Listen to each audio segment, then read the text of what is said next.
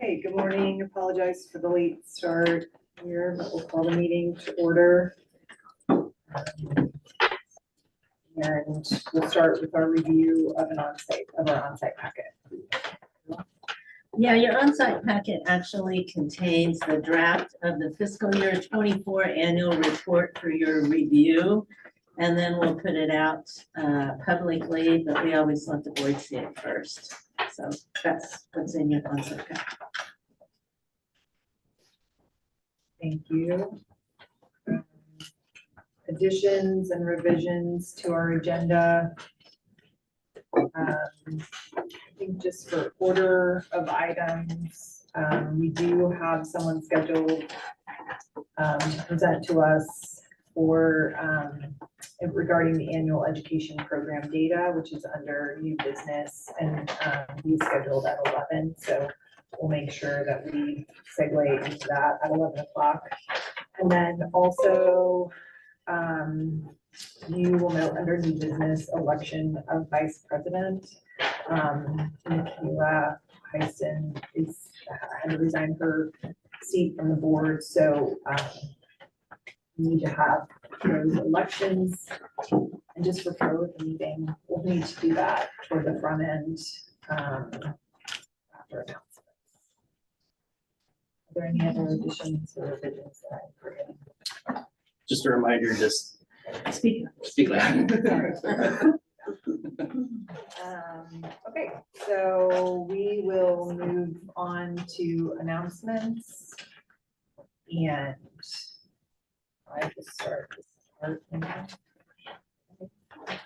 So as part of announcements, I have just some recognition for board members who have reached the end of their term. And so I will start with Michaela, whom I just noted, she's not here with us today. I don't think that she has joined in, but I just wanted to extend our sincere appreciation to Michaela Heiston for her dedicated service on the Kansas State Board of Nursing from July 2023 to June 2025. During her tenure, Michaela made meaningful contributions through her active participation on several committees and her leadership as board vice president. Her engagement extended beyond state service, including attendance at the NCSBN Discipline Case Management Conference, reflecting her commitment to professional growth and regulatory excellence. Michaela has served with honor, integrity, and steadfast dedication to public protection, and we are grateful for the impact she has made. So we do have a plaque that we will send to Michaela. Thanks for her service to the board. Yeah, there we go. Okay. She's not here to make me. And similarly, so Lori Owen, she could not be here today due to a conflict. But Lori has reached the end of her term as our LPN member. So on behalf of the Kansas State Board of Nursing, we extend our sincere appreciation to Lori Owen for her dedicated service from July 2021 to June 2025. During her tenure, Lori actively contributed her time and expertise across several board committees, demonstrating a strong commitment to public protection and the advancement of nursing regulation. Her thoughtful input and collaborative spirit have made a lasting impact on the work of the board. We thank Lori for her service to the citizens of Kansas and the nursing profession. So again, Lori could not be here, but we will also send a plaque to Lori as well to thank her for her service.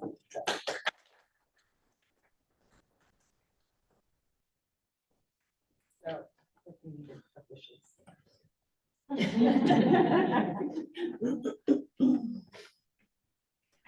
and so on behalf of the Kansas State Board of Nursing, we extend our deepest gratitude to Juliana Rishik for her exemplary service from July 2017 to June 2025. During her tenure, Juliana served on multiple committees and provided outstanding leadership as board president from September 2021 to September 2024. Under her presidency, the Kansas State Board of Nursing was honored with the Regulatory Achievement Award, a prestigious recognition presented by NCSBN to a member, board, or associate member that has made a significant and identifiable contribution to advancing public policy and promoting safe and effective nursing practice in the interest of public welfare. Juliana also represented Kansas on the national stage as a voting delegate at numerous NCSBN conferences and served as chair of the NCSBN Board Presidents Collective. Her commitment, integrity, and visionary leadership have left a lasting legacy on the board and the nursing profession in Kansas. We thank her for her outstanding service and unwavering dedication to public protection.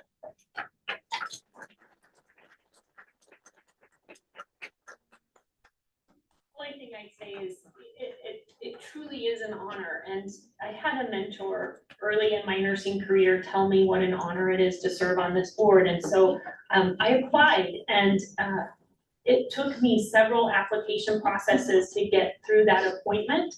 And it's not an easy thing to do, but it truly has been my honor to serve with this group and learn from this group. I thought I knew nursing prior to being on the board, and one of the biggest things I've learned is that I only knew my little segment of nursing, and I still feel that way. You know, the education environment is not what I practice in every day, and I'll never pretend to be an educator, and I very much value the expertise of each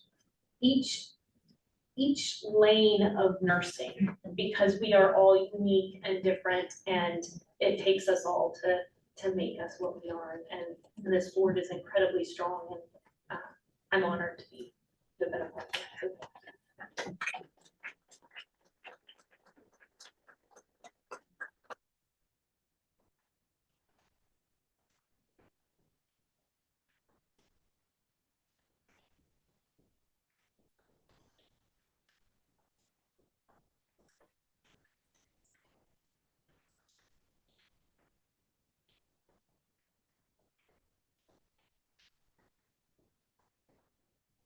Do we have any other announcements? All right. So, as noted, we will need to elect a vice president. So we'll move to that next before we do our prior meeting minutes. So in thinking about that, I would like to have any nominations for that. I'd like to nominate Amy Height. I second that motion. Yes. Sharp. Yeah.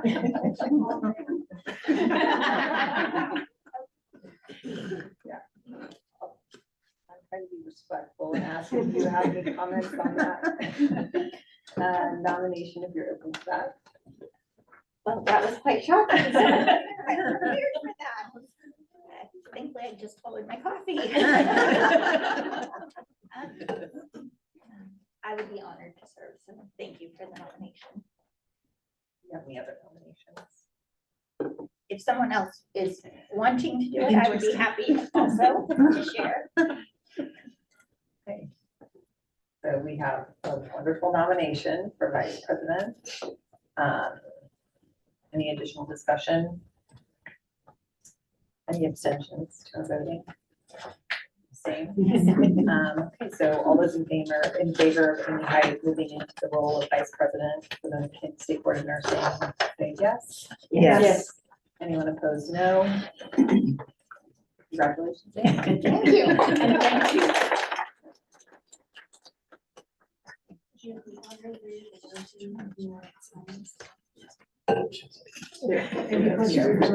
Oh, After the technical ones, the which one? I need to the one. Oh, okay, I'm gonna find it. Yeah. I'm gonna find it. But not, I don't see it. Those are blank. So I made to approve, I made to. Are we good? Yeah, so just for that, so just so you're aware, so there's a couple of times where you need in, I can get to the finance committee, I'll hand it over to you. And I also just want to know, right around the lunch, I remember in a doctor's appointment today, that I need to step out for, and so I will turn the meeting over to you when I'm notified that there's an appointment going on, so. thank you. So welcome on board. You're not losing our losing our- Nothing like it. Any other surprises this morning? Okay. So next we have approval of minutes from our March 26th meeting. Those were in our board packet, but we can allow a few moments for everyone to review if you haven't had an opportunity, and when someone is ready, we'd be happy to take a motion.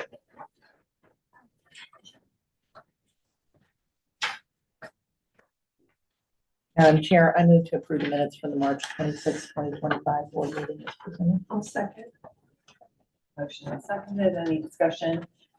Any abstentions? All those in favor say yes. Yes. Anyone opposed, no. Motion carries. Consent item agenda.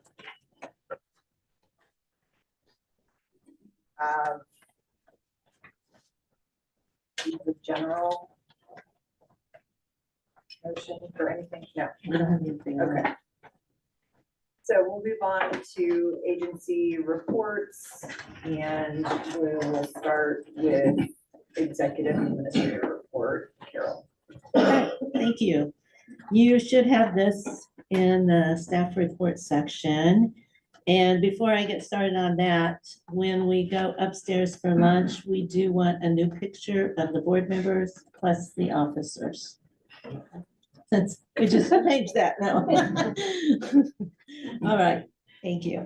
So I'm not gonna go through all of this, but I'll just kind of highlight a few things. We did start an IV task force out of the CNE IV therapy committee to basically look at some concerns regarding our regulations. They felt like there were things that needed to be clarified, those that are actually out there doing the education. And then they felt like the test and the competency checklist need work. And so we did have the first meeting of that IV therapy task force, so we're off and going. And it was talked about in CNE that we're going to have another subcommittee of some of the providers to look at the test and the competency checklist because they need to be updated. So we're working on that. A big thing that I just wanted to share with you that I was asked to share with you, you'll remember that we changed the APRN education regulations. One of the change was to take the clinical hours from 500 to 750. And it would be for anyone who starts an APRN program on March 1st or after, they're gonna have 750 hours when they go to get licensed. Prior to that, it would still be the 500 because they're already in a program. Well, that kind of started a lot. Because come to find out, you guys are the first board that's done this in the nation. I had a virtual meeting with the task force that actually was the one who put forth these recommendations. And they asked to meet with me because they had heard that we were getting a lot of feedback, and I'll just share with you, a bunch of it has been negative, but that's okay. And they just wanted me to say thank you to you all, that you became the first board to make the decision to do this. They feel very strongly about it. It's very interesting because there were a lot of national organizations who supported this and endorsed this. However, they were on the phone with me unhappy until I brought it to their attention. And they're like, well, yeah. So the feedback that I have received since then is some of the APRN programs in the nation are now changing it, and they're going to have 750 hours in their curriculum. Some of them that we see out of state that come in, with graduates who license. So they wanted me to share that and to say thank you that you made that decision. They really appreciated that. There's something like being the first one to do something, right? I didn't realize we were the first one until I started hearing about all this. All right. Let me see what else. we're gonna talk about, Andy and I worked on the license fee and budget information for your discussion. And then, we did have a pay plan that was passed by the legislature. So employees got a pay raise. It varied a little bit based on market survey results and stuff like that, but that's great. They're very excited about it. So I'm happy to hear that. You know, we were part of legislative post audit on abuse, neglect, and exploitation registry with some of the other licensing boards. And they have finished that, and I've seen the preliminary report. Can't really share much of that because it's not out there yet. But there is going to be the legislative post audit meeting on July 21st, in which they'll discuss this. So I will be going over there and hearing what they have to say. But I don't think we have much to worry about there. But anyway, just kind of let you know that. And then we had a follow-up meeting with the KBI. Ray and I went about the results of the FBI audit that we had in March. And we have one thing that we need to do. We need to take over to the legislature next year a statutory change for 74-1112. That is the statute that gives us the authority to do fingerprints and criminal background report on our applicants. It does not have the APRNs in there. However, when the APRN changes were made, it is in that statute that says that the KSBN has the authority to do rules and regs related to licensure of APRNs. So in rules and regs, it was put that we could do fingerprints and do criminal backgrounds. However, the FBI does not consider that statutory. So it's word things, let me tell you. So we do have a memorandum of agreement with the KBI until we can get this change made. And so I'm going to be working with the KBI. There's certain language that they want put in there, kind of based on what they're trying to do with other organizations. And I will bring that draft to you in September, and hopefully it will meet your approval and we can start getting it over to the revisers and stuff like that and get it ready. But we really need to take it next session so that we can get that. I think that's probably the biggest for me. Annual meeting is coming up in August. And I did put as part of mine the agenda for annual meeting, just to kind of let you know, because we, if you want to have discussion or anything about who should go, we do have 2 voting delegates from, from Kansas. Typically, that's been the board president and myself. Doesn't mean it has to be, but typically that's what we've done in the past. And then, so we can send 2 people at no charge to us. And I'm not really one of those 2 people, I don't think, because I'm on the awards committee and I will be one of them introducing the Regulatory Excellence Award that's giving out this year. They're going to past winners and having us. So based on that, I think they're paying my way based, because of that. So you can just have discussion who you want to go, or let me know or something, because I have to have you registered by, I think, July 17th maybe or something. So just let me know what you want to do with that. And then the last thing I have on there are the board member terms. I will tell you that I did have a call with the appointment secretary at the governor's office. And she did tell me that they have received several applications to be board members. However, they hadn't had time to really start going through them. So hopefully I'll hear something soon. I don't know. But anyway, we will have, we'll have Juliana's, we have Michaela's, we have Lori's LPN position. And I believe you're going for reappointment. Yes. Melissa. Okay, and I think that's pretty much everybody then. So hopefully we'll have some new board members by September or something. And that's all I know. Oh, one more thing. Jill put in your packets, I think, the committee selection form, because they will be assigning committees in September after the board meeting. So if you could just kind of, if you don't want to do it today, you want to think about it, that's fine, but if you could just get it back to us, we would appreciate, your priorities, which one you would like to be on. Thank you. That's all I have. Thanks, Carol. Does anyone have any questions about the NCSBN meeting?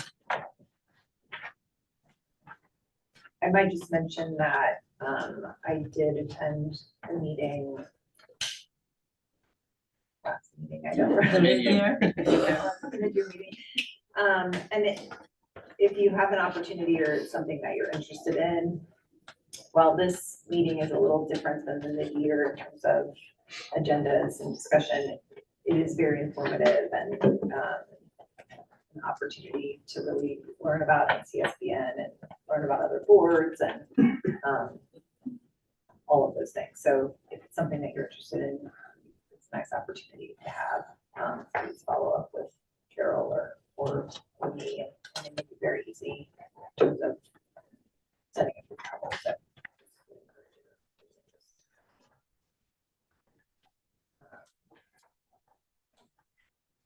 next, we'll move to staff reports. Would you like to start? Sure. Thank you, Madam President, members of the board. You have my packet. I'll highlight a few things that we're doing this quarter. One of those is we do have a couple new staff. I'll let Linda introduce her staff member, but we also have one that has reinstated back the full-time position, and that is Colton online here. So I'm very excited to have him back in a full-time capacity. That's going to be a great deal of help to us. So welcome back. And let's see.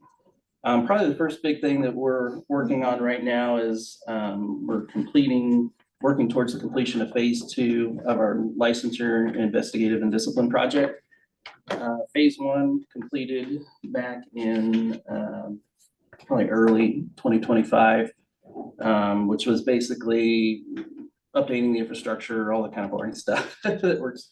And then we are now on to phase 2, where we're developing the investigative and discipline system that's called Evoke. We had the vendors on site a couple weeks ago, working with the teams, doing a lot of work, getting the interfaces and those sorts of things up to where we would like to be. There's also a board portal that we're working on as well, so that's nice, and we're working towards completion, potentially fall timeframe if all the checks and everything works out. Rand has been working with a second part of that project, which is to update the online interface, our eGov portal, which is where people do their licenses and those sorts of things. That technology was from the mid 2000s. I always like to tell people it was actually designed and built before the iPhone was a thing. So it's not surprising that it doesn't work real great with the iPhone. So Rand's been doing a lot of work with their team, and we're making it mobile friendly and that sort of thing. So we're working towards a completion with that, and we're excited to get that going for both sides of the project. And really want to thank the staff and the boards for their support as well. Everybody's done a lot of work on it, so I'm hopeful that we will have a great product. With that being said, there is probably going to need to be a phase 3. We received notice that the internal system, which is called My License Office by System Automation, is going end of life. So think of it like going from Windows 10 to Windows 11. You probably you hear like that, but it won't be just a click, put in the CD and upgrade kind of thing. This will be a full lift and shift from hosting on our infrastructure to hosting in the cloud. Basically, we've taken it to the finance committee, who's we'll talk about that a little bit later, but we're working towards that because we have a deadline that we got to hit. So, and with that, we have also been selected for a legislative post audit, yet another one, for cybersecurity. We're going to be working for about 2 weeks in July, from about July 7th to the 18th or something like that. For basically a 2-week time frame. They're going to come in and do the various audits, tour the data centers, those sorts of things. And so I will make this pitch here to please try to have your cybersecurity assessment done as soon as possible. Most of you have completed it, but I would love to be able just to say, you know, you guys were early birds. We're technically not due till the end of the year, but since that audit's gonna happen, I would love to be able to tell them that it's all done. So if you have any questions or troubles with that, please let me know. And we'll be doing that. And hopefully everything will go well, but we're gonna be working hard on that. So with that being said, that was probably the major things this quarter for me.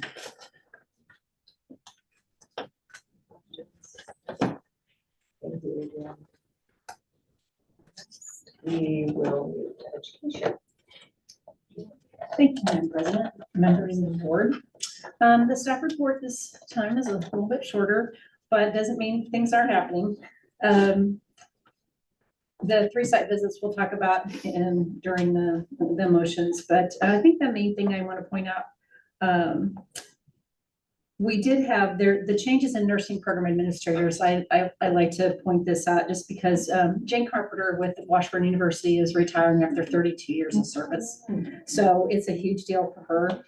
They have named an interim dean, Dr. Crystal Stevens, who was with us at the education meeting yesterday. So that was nice. We also heard from Mid-American Nazarene University. Their chief nursing administrator, Dr. Sarah Miller, is taking on some new roles. So their assistant dean, Dr. Jennifer Ferguson, is stepping up into their chief nursing administrator role. So those are 2 big changes for our BSN programs for the coming year. They both start on 7/1, so that will be good. Not a lot of new other things other than I wanted to mention 2 things. The annual report was sent. It was fine. I think finally sent out mid-April. The administrators are doing a great job getting those in. Was able to get a instruction sheet put with it this year. We've had a lot of questions in the past we've tried to put together and create a little bit easier path for them. There haven't been a lot of changes to the report, but when there are, it's really critical for us because we're submitting data. They're using it for comparative data, so we're trying to get the data right in terms of what we're asking. And sometimes it's one person's way of asking a question doesn't hit the same way in someone else's mind. So we're just doing a lot of clarification, and NCSBN has been great in responding to those and helping us get some clarification, but we will be working on that. Those are all due by June 30th. Just a reminder, I asked about this again at the education meeting, is that because of the way we're doing with NCSBN and the way they do the data and the data scrubbing to make sure everything's good when we get it, I get the report fairly late. It's hard to get it all together for you to have everything that you need and have requested. I believe last year we requested to do it at the December meeting. So it seemed like that was okay. Education was fine with that, but I wanted to bring it to you all just as a reminder. If there's anything you want in September, there are some basic numbers I can get fairly quickly, but the full report will come to you in December. The other thing was LMHT. We had Osawatomie State Hospital turn in their letter saying that they were closing their program. They just have too much staff turnover. They've not been able to submit a class in probably 3 years. So that goes along with what we're talking about with the LMHT task force, probably a little bit more from that, Amy, on that. But I just wanted to let you know that. The one thing that has changed is that WSU did submit to do their version of the program, and they actually have 7 students there in process. So we talked about that task force, but there's still some work being done by the task force about whether the recommendation will be to continue with the regs for licensing or try to move to something else. So I think those are the big thing, the big rocks for education right now. I will say a couple of our education calls this past quarter have been on simulation, from a couple different capacities. And it's something I probably want to bring to the board at some point, but there's been a lot of discussion about virtual simulation and how it fits into replacement for clinical. So no studies, there just aren't a lot of things out on that. So it's kind of like the 2 to 1 hours for simulation. So I'm trying to get more information on that. I know NCSBN is asking and talking to people and looking at how there might be, and people have started doing more There are more studies now being started for the virtual reality, virtual simulation type educational process. A lot of people are using it as part of their didactic lab learning. They're not using it for replacement for clinical, but we have others who are. And so the question becomes, how much of that, well, there's learning, is it really hands-on clinical replacement? So those are the big rocks. I'd be happy to answer any questions. Didn't they try that during COVID? Yes, there were a lot of states that went to full simulation, and there were a lot of products developed. In most instances, it was helping people finish programs. Most of them did not stay with that long-term. There was one state that allowed 100% simulation.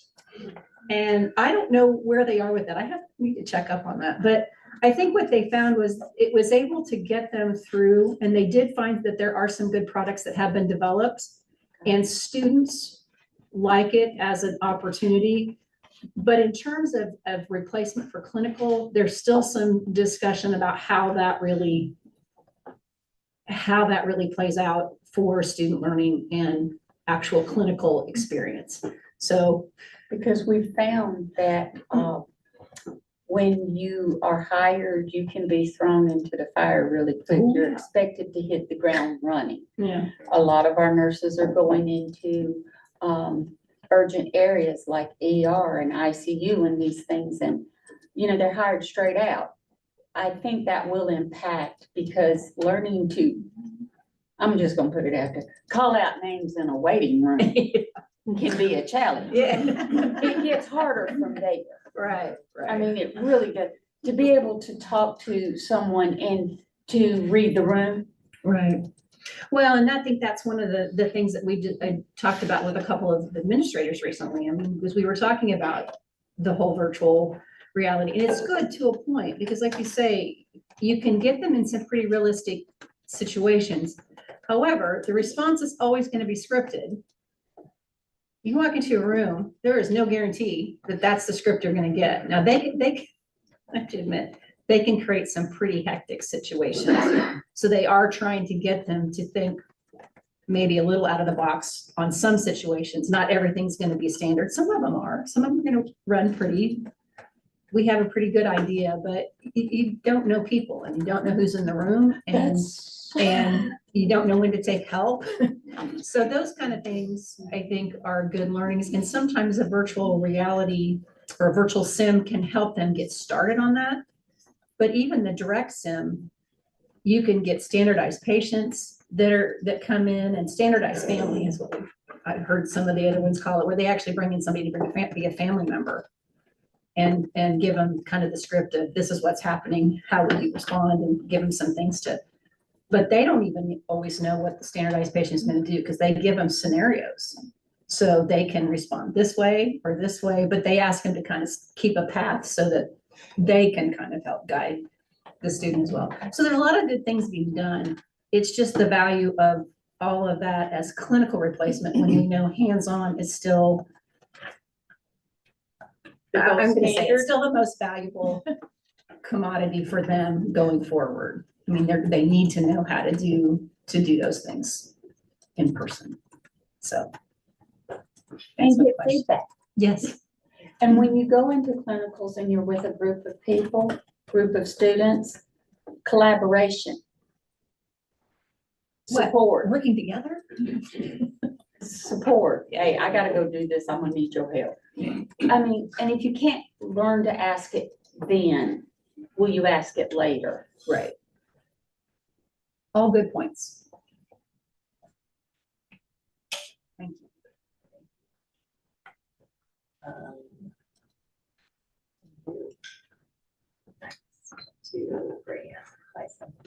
Okay, thank you.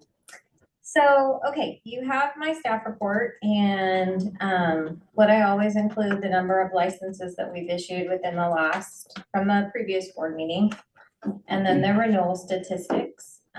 Also our total number of licenses. This chart was a lot better than the last board meeting. I like all of the pluses that we have. It looks good.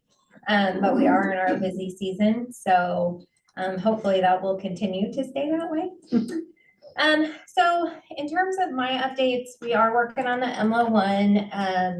I think the new online system that they submit their applications, it's a lot cleaner. I think it's gonna be easier. They can only submit one application at a time. So that's gonna be great. And it looks better. It's easier. I think that everybody's gonna be very happy with it.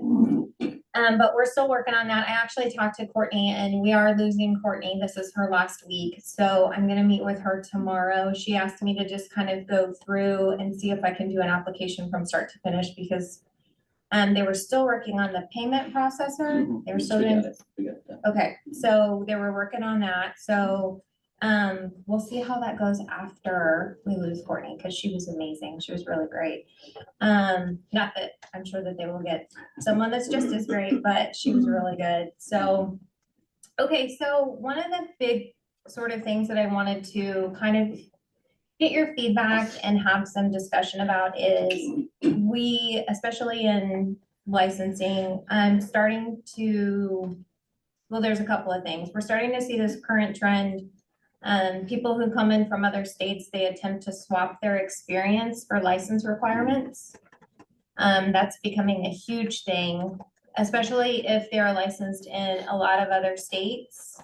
They just assume that Kansas is the same, which it's not. I mean, every state's a little different.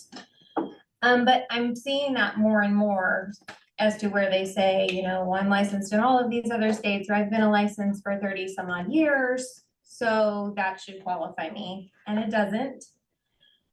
You know, I've had this discussion with Carol and Adrian, and Carol made a really good point where she said, you know, they may have held a license for that amount of time, but it doesn't prove that they have had experience or worked for that entire time. That's very true. So the other thing is I know that I feel like a lot of the applicants, when they don't like our answer, they're reaching out to you guys consistently. So they go over me and they go straight to Carol, and then they go over Carol and they go to you, and then they go to the governor. Yeah, or anyway in there. I think the frustrating thing for me, like I had one that had reached out to Juliana. It's not that they're reaching out to you guys. I understand that they want maybe more clarification or they have questions. I think what is frustrating for me is when they reach out to you, they make it seem as if they have not spoken to us, or we have not had communication. And in some cases, you know, we've had communication for months. They just don't like what we're telling them. So, I mean, I'm referring them back to the Nurse Practice Act. I'm giving them reasons as to why we need what we need. I just kind of wanted to get your thoughts on it because I just feel like it's happening more and more, and I don't think it's gonna stop. Like, I think if anything, it's probably gonna get worse. Leon, I'll add to that. I think you're exactly right. And the avenues that the folks are coming from, they're friends of friends or friends of colleagues. And because I know someone, and honestly, the perception and presentation of some of these prospective licensees, because they're applying for licensure, they're trying to get employment very quickly. My experience, those that are reaching out to me are typically in a leadership role, and they feel deserving of immediate licensure without the checks and balances. And it's put, the perception is that as president, every single approval goes through you. And I think, you know, I mean, they personally thought I was gonna Do that. sign their license or something, you know, and, you know, there's a process for that. And I think that it's really hard to communicate and share because of the need for some confidentiality. And it's hard to tell our story. You know, they kind of have a public platform, they can reach out to the governor, and I don't know, maybe Charles has advice. I will tell you on this last one that got really uncomfortable for me, it got to the point I stopped responding. Because they were really wanting me to, I mean, they felt like it was me who was holding up this license. And honestly, I don't even know the details of it. That's what I depend on Ray to do. We have regulation to guide that, and that's what we depend, and it's none of my business on what the personal issue is with that applicant. So Charles, I don't know if you have advice for us, but. I mean, some people, like, it's good to point them back to the Practice Act to say we have a process and that's what you have to follow. It doesn't matter what you are in some other state or who you know. And I feel the It's same way. I'm like, it's following the not me rules and- personally, but this is what Yeah. the state requires you And to the- have. So I'm the same way. The KSBN is not allowed to waive or bend the statutes for special people. Everyone has to be treated the same, so. Because everybody could be special. Right. We all, Madam President, I'm glad you brought this up because I noticed that in my inbox, I had more emails than I've ever had in my entire tenure here, and they were directed to us individually. And I guess I would just like to state on the record for whoever's watching, I don't know if someone is encouraging this behavior. It's inappropriate, I think, and I think all of us, just as a practice, should always refer those back to our executive administrator, who will then refer them back to the appropriate staff. We are not privy to individual cases, personal situations, et cetera. We have all these processes in place for a reason.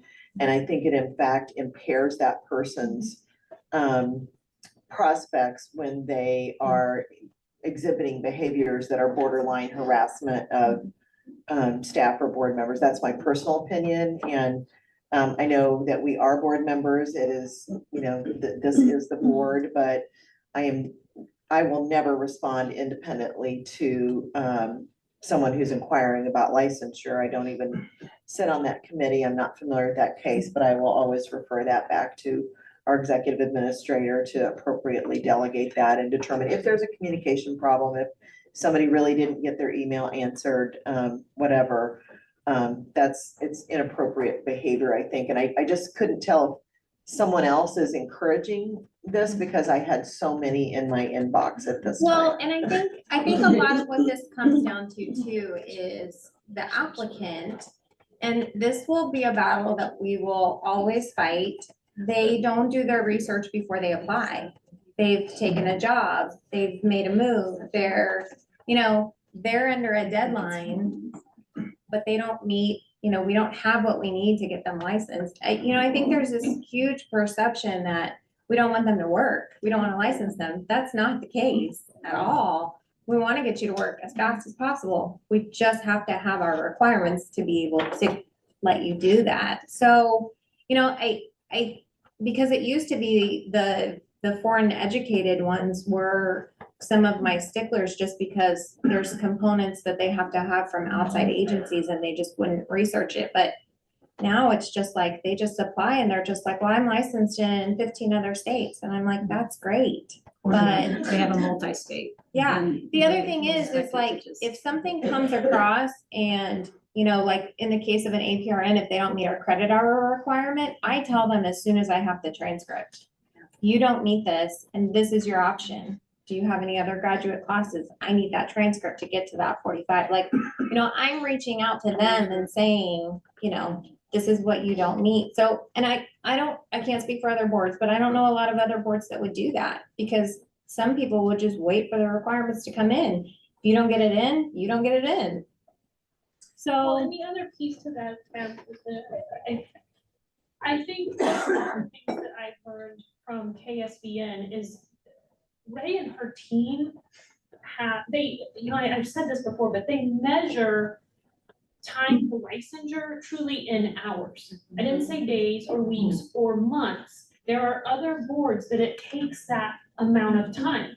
And so if there is a delay, I have not found a single case that it was Ray or her team. And I'm not, I know they're not perfect. Ray probably knows of a handful. I don't know. But typically speaking, her team functions at a very, very high level. And as a board, I think I personally have a lot of trust in that. And so that's comforting to me. And so maybe just by talking about this, hearing Charles's comments and being prepared as a board, that's our best way to combat really being put on the spot, because it is an uncomfortable position to be in. And I have so much trust and faith in that licensing team that I am confident in saying, please follow the process. And I do usually let Ray know when it comes in, so if there's something she can reiterate or re-communicate, I know she tries to do that, but she's always, it's never the first time we've heard. Sorry. I appreciate Brenda's comments as well, and I would bring it back to, we as a board would not compromise, or as a profession would not compromise patient care at the bedside. So why would we compromise our licensure and people who care for patients who are going to be at the bedside or in a upper position or however they're practicing? But in stating that, why as a nursing profession would we allow ourselves to compromise for patient safety's sake? And I wanted to make sure I made that comment very clear. Well, I just wanted to bring your attention to, I don't think Ray talked about this too much, but what ends up with me a lot are employers. Very upset because we will not expedite an application just for them. And it typically is, well, this nurse has to start next week, so you need to move that to the top. And I'm like, no, that's not how we do it. It's processed by the way that it comes in. And they're like, well, you don't understand, there's a nursing shortage. And I'm like, yeah, I'm well aware of that. But they're like, well, she just really got to start. And so I remind them, I would strongly suggest you do not start someone as a nurse until you know they have a license. Because we don't make any guarantees it's going to be there by X amount of time. You should have never set up a start date for somebody who does not have a nursing license, because it may fall through the cracks one of these days and somehow you would be on it. And then, so they get kind of upset with me. And so I tell them, I said, so have you talked to the applicant about why they're not licensed yet? Well, you guys are just not doing your job. Well, at that point in time, I'm bringing it up on my computer and it's obvious that we do not have everything we need. So I have went out on the limb and I said, if this person is your employee, they can tell you by their application checklist what has not been completed. So you could ask them that question if they're your employee, and I think you'll probably find that it's not the Board of Nursing, because we can't issue a license if we don't have all the information. And they kind of sit down, but I will tell you, employers can be kind of nasty sometimes, and that really kind of surprises me, but. And I have no problem, if you were to get those emails and you guys have questions, I have no problem, saying this is this, or this is what we're waiting on, or, and if there is something that we have done on our end for the license, and we should have, we'll get it done. I mean, we'll do it. So yeah, I think it's gonna happen more. I think it's just, everybody wants something the next day. And in terms of a license, that's just impossible. Yeah. Yeah. And we brought this up about the multiple emails from others directly to us. I was deleting them.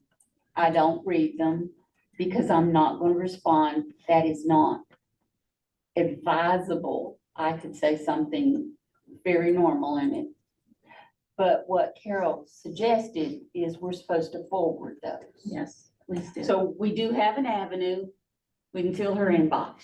I probably already heard about all of this before they get to I you. mean, I will say oftentimes you can see for whatever reason, yes, this past month, there were several, and you can see that they've been sent to the full board, so, we're all on that. Right. thing. So just know that someone, if I'm on it, I do typically provide a general response and send it to Carol or the appropriate staff, but so just for This was prevention, just 10 one forwarded night. emails, but yeah, if it looks like it's you It individually. just, I didn't see anybody else's Sometimes they name do. on the list. Sometimes they they do. do them Yeah. individually. I would just add, since maybe there's other people watching, anytime that a prospective licensee is emailing the board, they're creating additional public records that are available for an open records request, and they may want to be advised of their tone and volume and those kinds of things, because that's all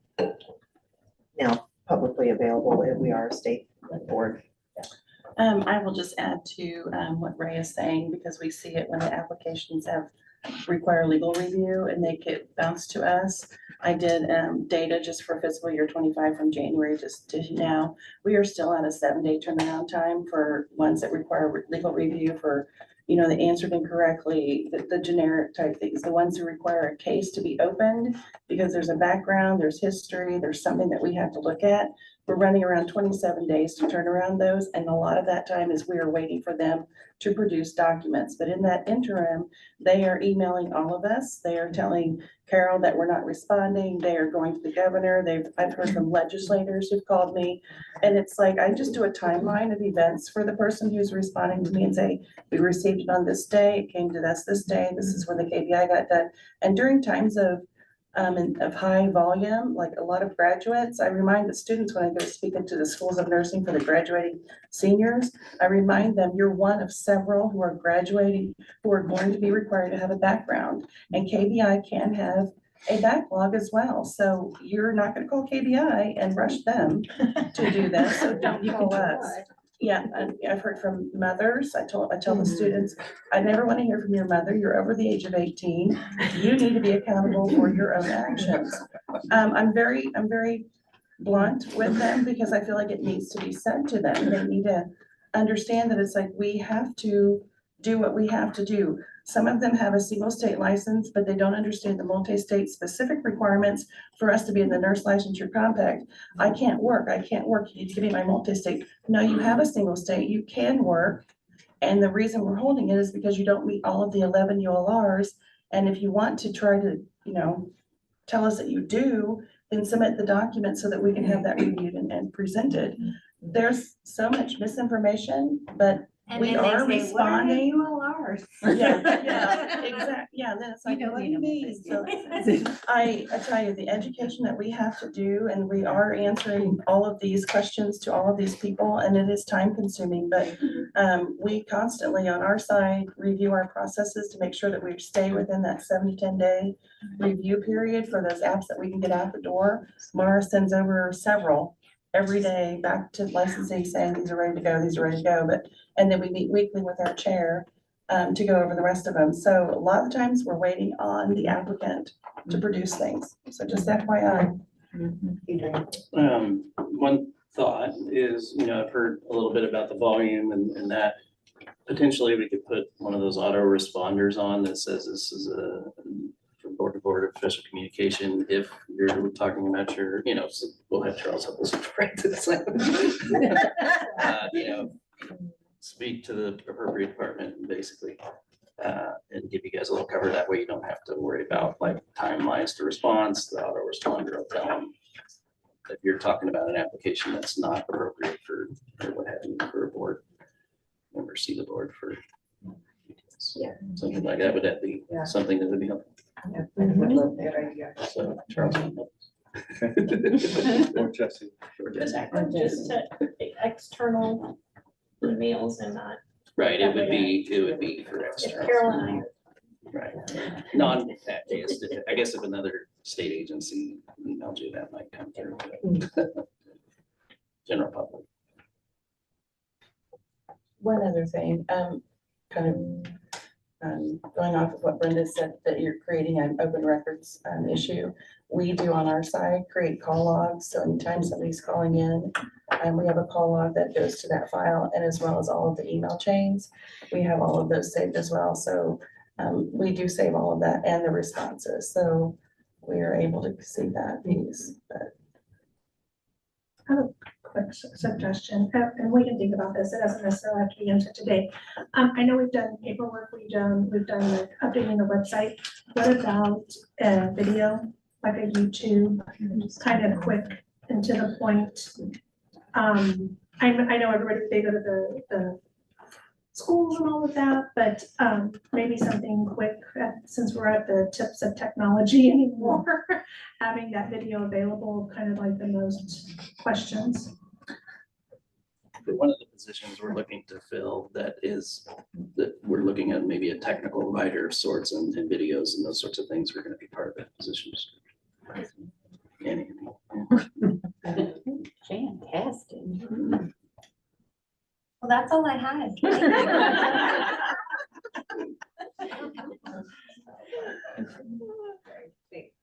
Sorry, Andy, did you? I think you've done a nice little educational video right here. This is a nice little live chat with the Kansas State Board of Nursing, and that we could excerpt this out, and you've done great work. Thank you. And last but not least, we'll go to Linda. Thank you, Madam President, members of the board, and congratulations, Amy. In your packets, my PS report, my practice specialist report. So this data on this is reflecting from May 20th of 2025. So you'll see that we still get applications that we just talked about. We still get them in, we're still processing them, we get complaints in. What I will draw your attention to, what I'm seeing with the complaints is since 2020 to 2025, there's significant investigations have gone from 39, 40%, and it's dropping to where in 2025, so far we're at 17% being reported. Those are the drug diversions, workplace impairments, abuse, neglect, exploitations that are occurring. And we know that these things are occurring because the mental health of the nursing profession is still not good.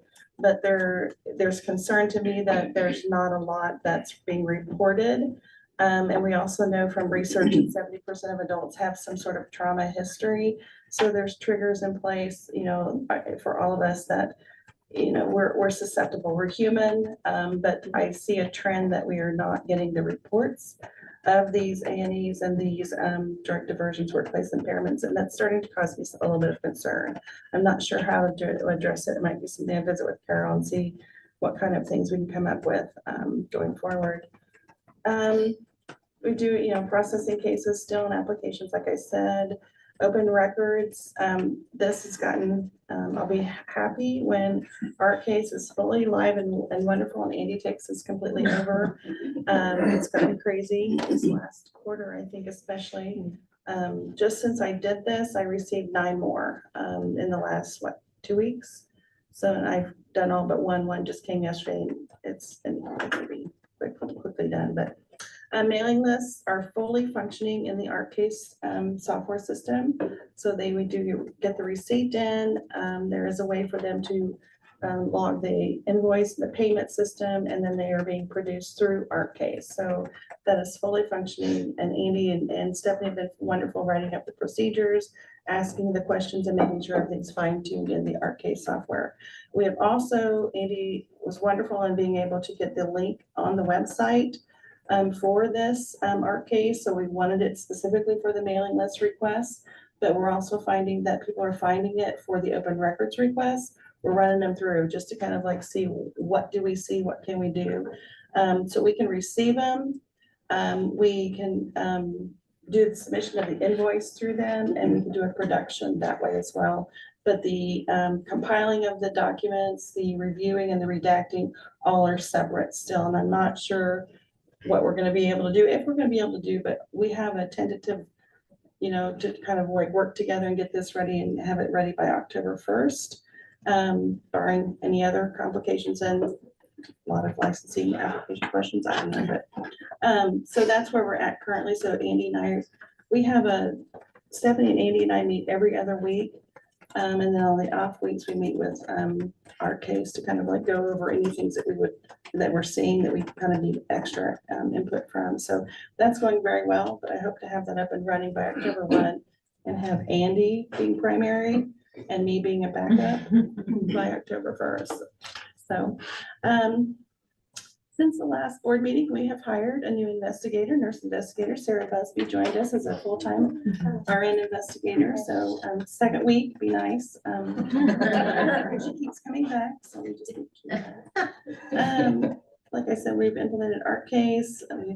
We have weekly discussions with the Evoke system. The investigators have been given the test platform, and we had the 2-day on site, and they're submitting their concerns, issues, questions, whatever. One of them told me that they're thrilled. They can't wait for the testing phase because they want to try and break the system. And I was like, okay, great. That's what we want during that testing phase. So I'm glad you're excited about it. So, so we're just gonna hopefully, they're helping to design it. I told them the foundation's laid.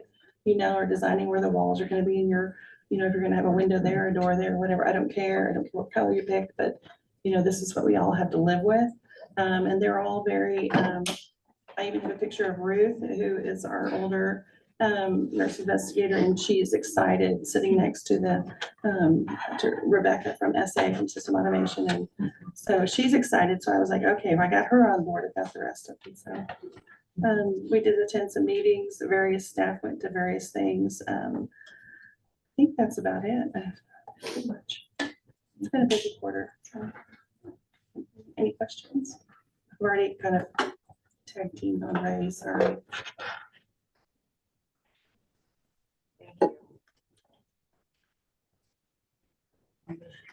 Okay, we will move on to committee reports. Unless we need to. Committee reports, we'll start with the education committee. Thank you, Madam President.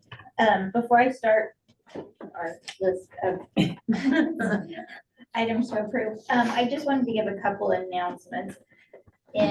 Over the last few months, we've had 3 programs that we've asked to be on NCLEX improvement plans. 2 of those, Seward County ADN and Mid-America College of Health Sciences, both presented to us yesterday. We reviewed the information they provided. We did not have any recommendations for them. We are going to continue to watch their NCLEX reports and their next site visit. So unless something alarming comes back from NCLEX reports after we get through this quarter or the next quarter, we did not have any additional recommendations for them. They have good plans in place and they need time to implement before we're going to see changes. The other one was Donley. In our March meeting, we put them on a 6-month hold due to several factors, including their NCLEX pass rates for both their PN and ADN program. They brought forth a lot of information for us yesterday, which we did review. We questioned a few things for some inconsistencies that we found or things that did not align with the regulations, and they're going to work on those. They requested to start admitting for August. And we did not feel as a board that we wanted to change our recommendation from March. So we did not act on that. We gave them recommendations and asked them to come back again at the next meeting to provide updates on those. And then they will have a site visit either late fall or early spring, and we'll make a decision at that time with our recommendations. So I just wanted you aware of that. Oh, yes. Donnelly College for a second. Kansas City, Kansas Kansas. City. Okay, thank you. Yes. And Janelle mentioned the LMHT program. So Ruth has generously been in charge of that task force, leading that, providing us additional information. As Janelle said, at this time, Wichita State is the only, or Wichita Tech? No, Wichita State, wanted to get that straight, is the only program. They do have 7 students.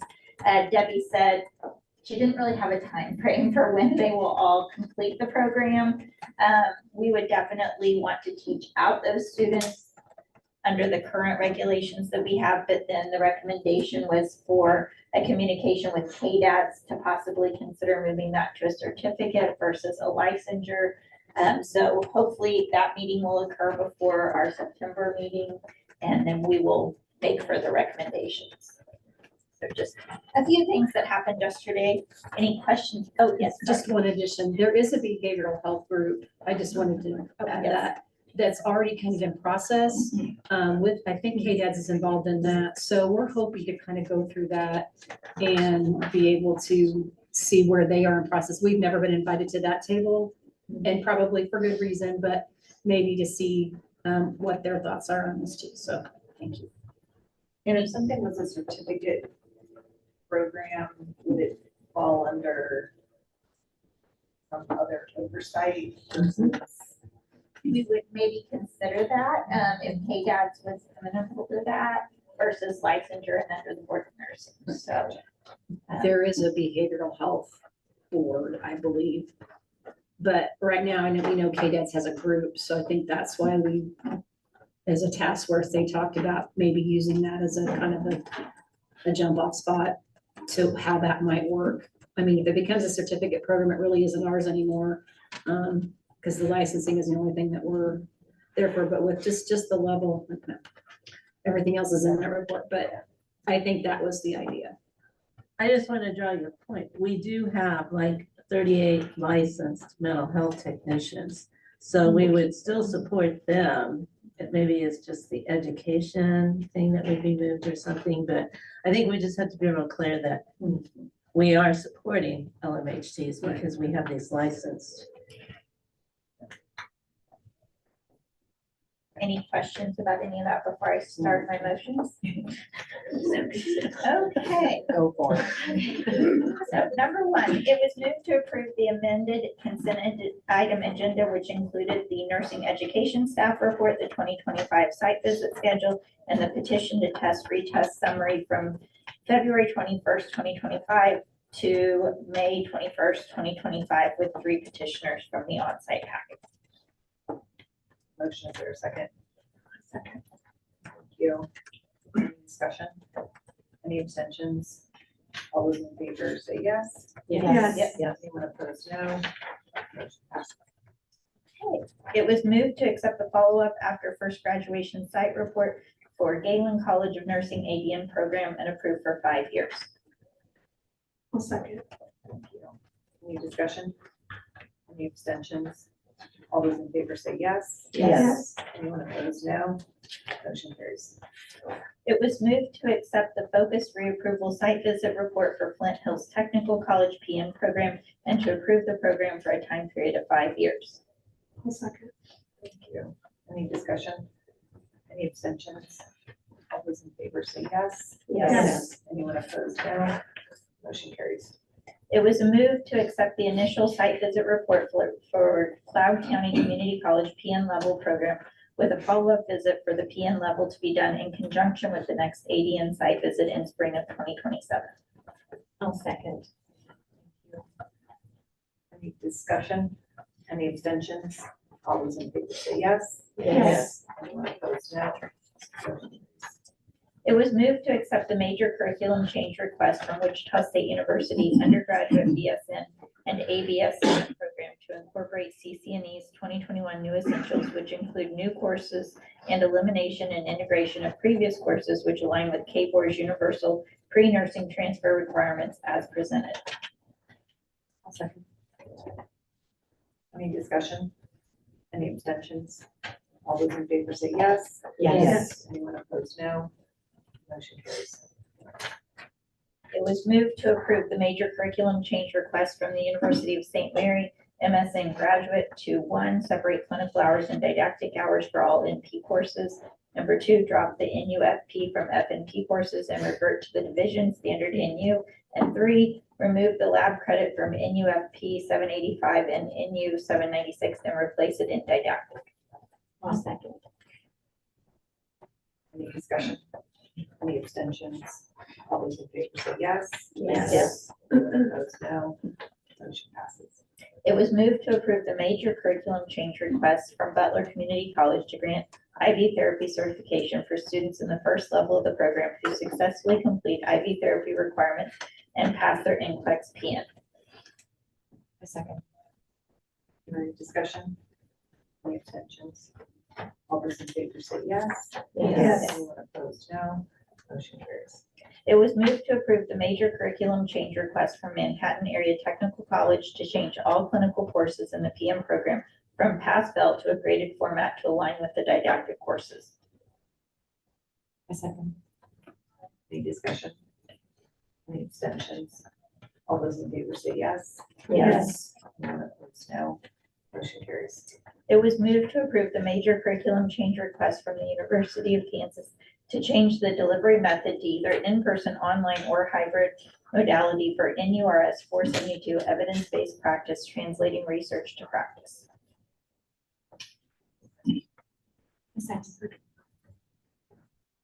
Any discussion? Any abstentions? All those in favor say yes. Yes. Anyone opposed, no. Motion passes. It was moved to approve the major curriculum change request from Washburn University to retire NU 850 Advanced Psychiatric Mental Health Nursing 1, 3 credits, and replace with NU 851 Advanced Psychiatric Mental Health Nursing 1 with lab 4 credits with new course description outcomes. Reduce the NU 857 hours in advanced practice psychiatric mental health nursing practicum from 6 to 4 and add a new course, NU 865 psychotherapeutic interventions practicum 2 credits with a new course description and outcomes. Change credit to clock hour ratio from 1 credit equals 60 clock hours to 1 credit equals 75 clock hours, which will affect NU 857, 865, 859 advanced psychiatric nursing special focus practicum, and update course descriptions and outcomes for NU 857 and NU 859. I'll second. Any discussion? Any abstentions? All those in favor say yes. Yes. Anyone opposed, no.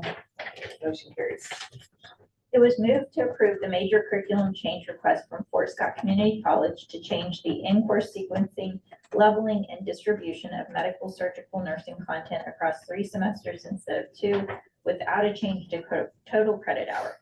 Move all courses to face-to-face with the exception of NSG 2542, Nursing Leadership and Management, which will be a hybrid course, and to move to an annual admission process in the fall, no spring admits, after a site visit is done, to confirm all recommendations are complete per board action.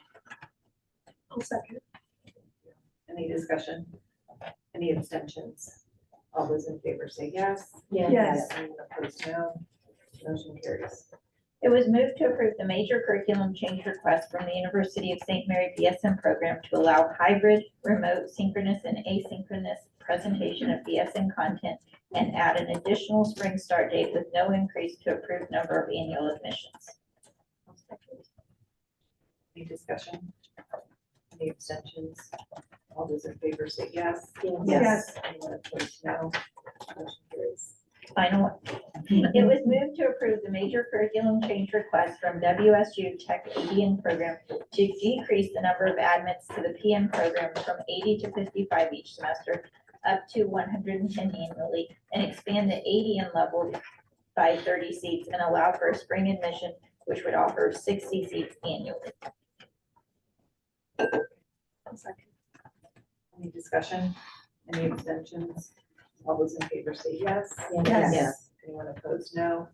Motion carries. Thank you, Madam President. Thank you. You can have some water. We'll move next to doing our investigative committee. Thank you, Madam President. I do not have any motions to share, but I'll just give a quick update. I think you saw many of the statistics in Linda's report. We did review several cases, one of which was very complex, and the investigators did a superb job in trying to collect the data and put it together in a format that is understandable and digestible for the committee. And I think we need to appreciate our investigators. You know, my tenure here on the board, I've challenged that group a lot. They've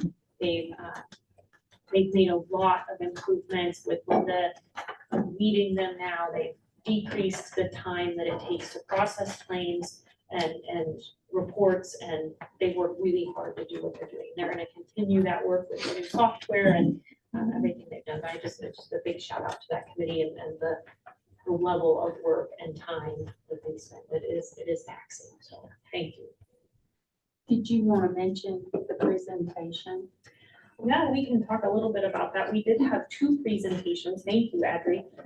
One was through KNAP, and so they came and did some education for us on our KNAP program. We talked a lot about the contract that we have, and I know that Linda's working on some revisions with that contract, which will just, it puts the area of expertise in the right place. So as opposed to a disciplinary committee saying, I'm gonna use the most obvious example, but mandating a key restriction, then that would limit that licensee from ever having access to an Omnicell or a drug dispensing machine. When a licensee may be going through rehab, at some point they need that exposure again.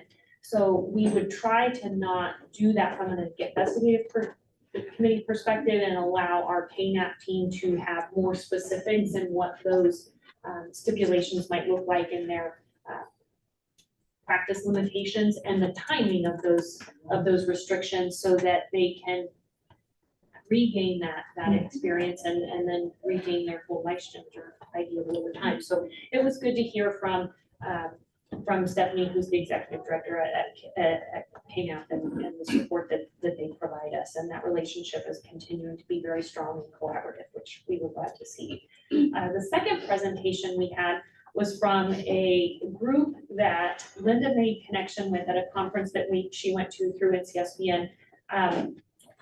PBI, I was gonna, PBI. They talked to us a lot about alternatives to discipline, which I think is probably something that we need to get more progressive at looking at. One of the things that we really focused on was mental health and the level of complexities within nursing and the burdens that nurses carry. And so, none of us are perfect and we all have exposures to different levels of trauma, whether that's an event, in the nursing practice or just an event in the community, and then the way we respond to that. And probably not one of us is perfect. And so recognizing that people that maybe get reported for a concern within their practice, many of them do want that opportunity to rehabilitate. And so there's some courses and some new literature and research that's being done for really working through those scenarios in a way that's been researched and shown to be effective. And so as opposed to just immediately disciplining, giving folks an alternative and a way to learn from that experience and change and improve their practice potentially, and have that be an option for the investigative committee to use as opposed to just immediate discipline. So I think there's going to be some more discussion and some research done on that. And this was just one organization that we heard from. We understand that there are several out there, but it's an option and I think probably something that we need to all be more open to. And you can watch the presentation too. And I think that you'd see where the excitement comes from. It was, honestly, I think every person could benefit from it, whether there's been an event or not. It was really good learning, so.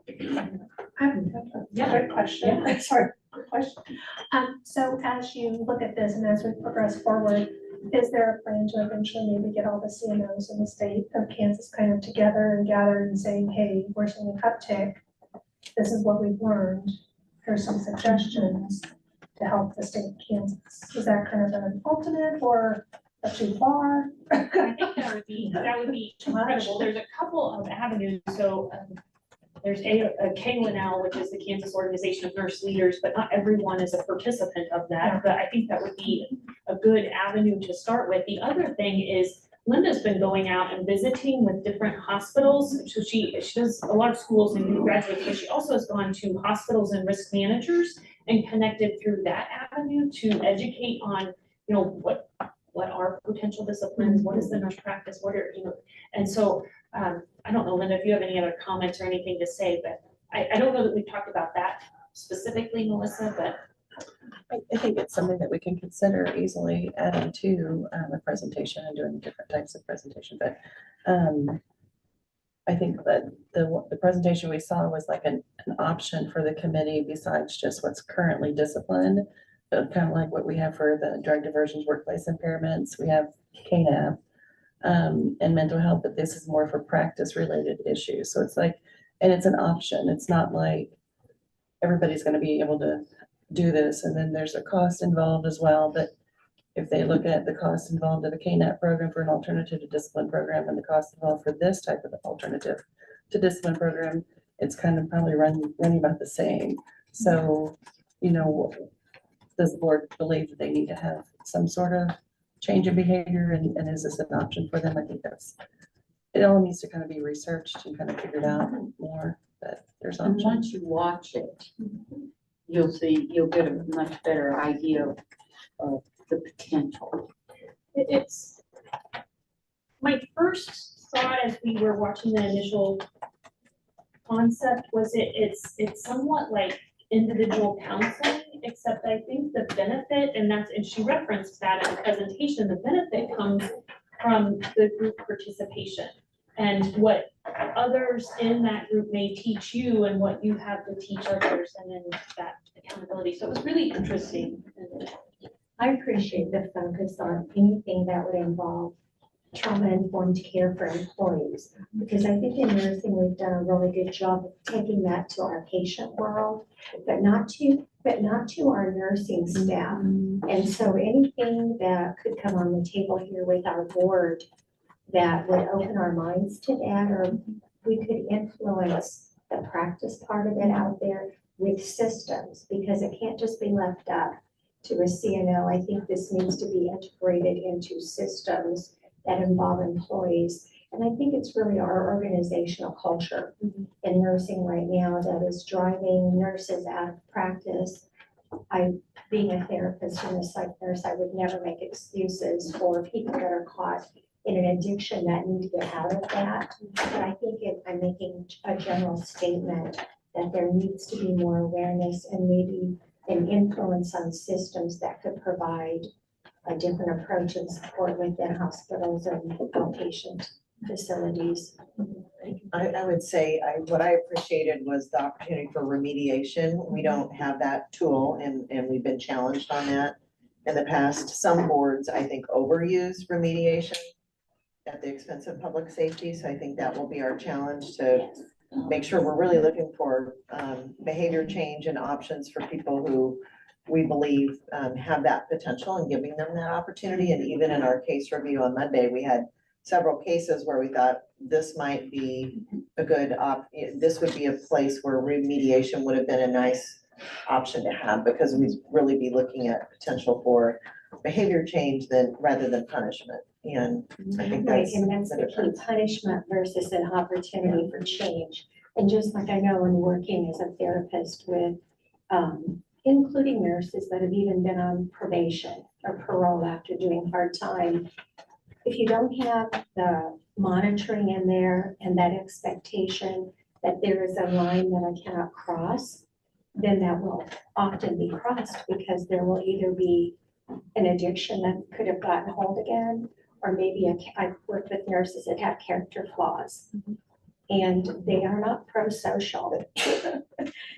They just have trouble staying within the lines. And I think that's the role of the board as well, to hold that expectation out there and to make decisions on behalf of public safety to protect us from those nurses and their actions. It also appealed to me because in our rural areas, we may have a lot of nurses practicing on their own without a lot of support, mentorship, or just someone else to bounce things off of. And so I think that collaborative small group approach would be beneficial for folks who are already pretty isolated in their practice.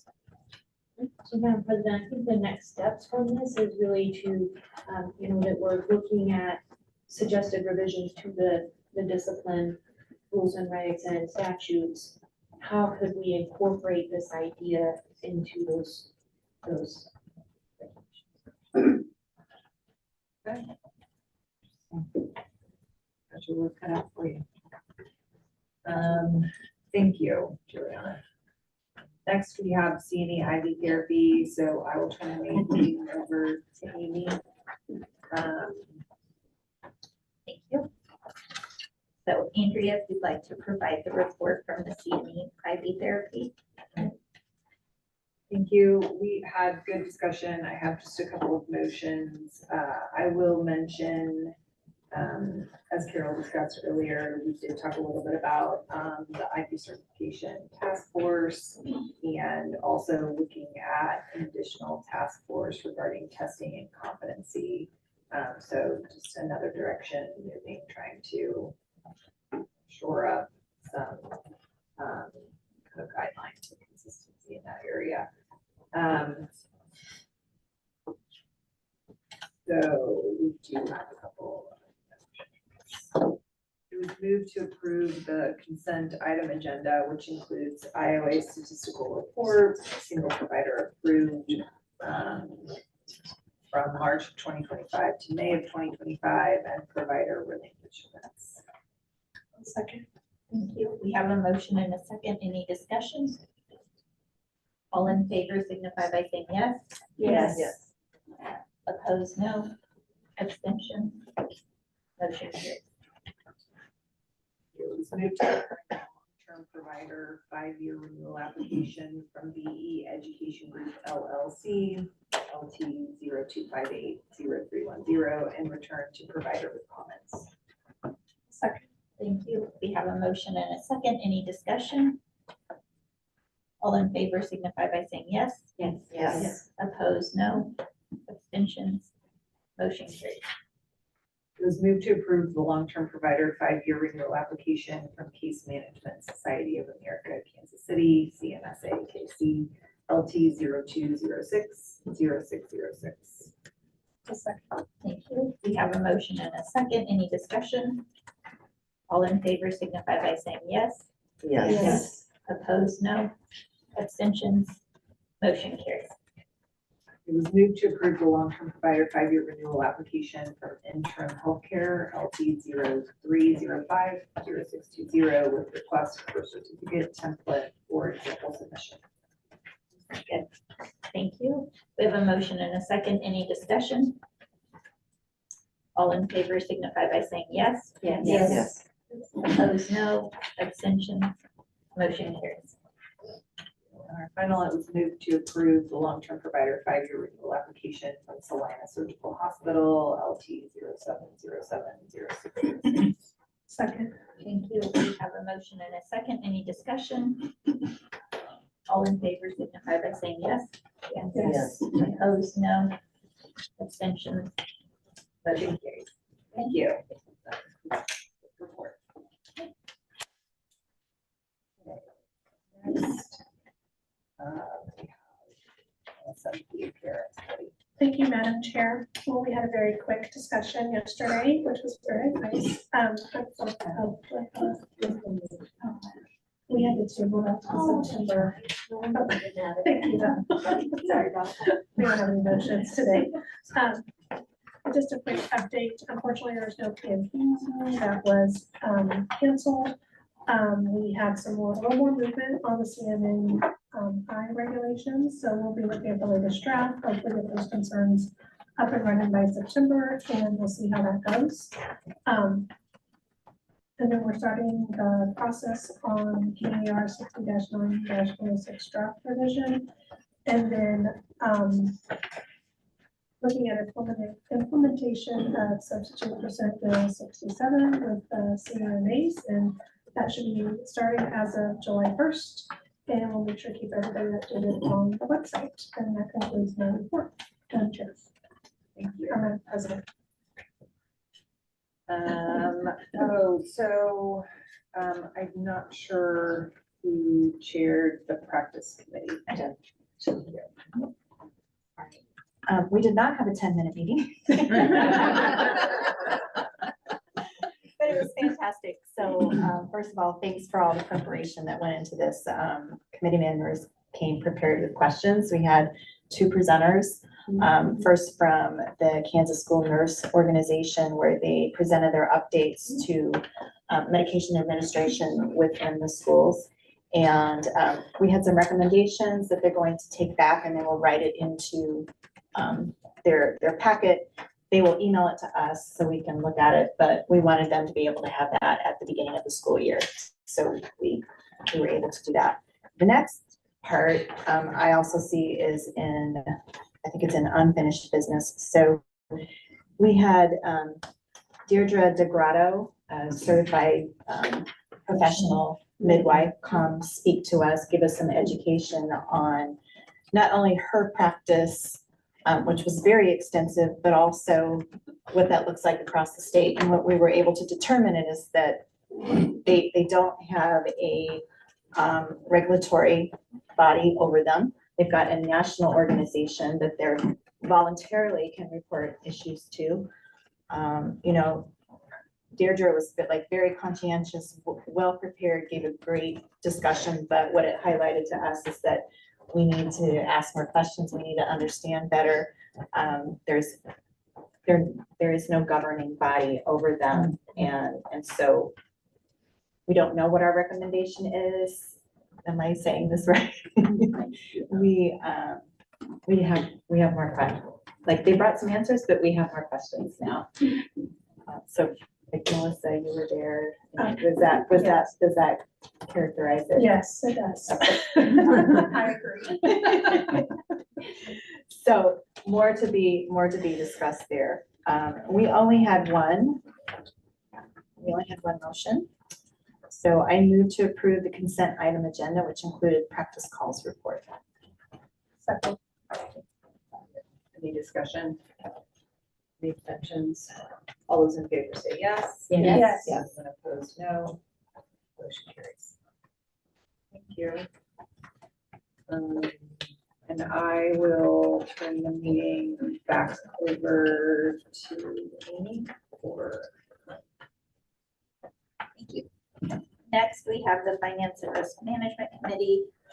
The chair is Andrew.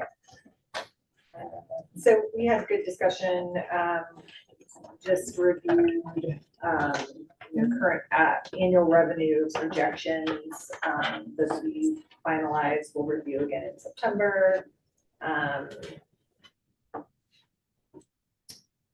Just talked a little bit about license fee increase proposal, which we'll talk about as a full board, and expect some additional information in September, hopefully for some recommendations at that time.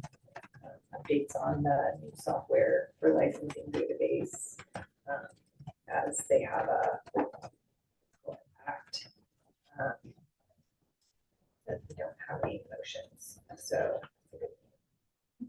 I'll return the meeting to you. Yeah, thank you. So I think maybe we'll take a 10-minute break, and so we can ensure that our speaker is set up and ready to go, and we'll come back at 5 after. Is that okay? Yeah. Right. When we pick back up, we'll have the annual education program data. Gotcha. Okay, so that's good. John. Yeah, but just letting know that.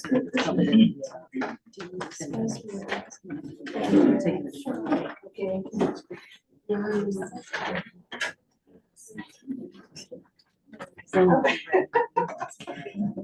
Yeah, it should be. Thank you.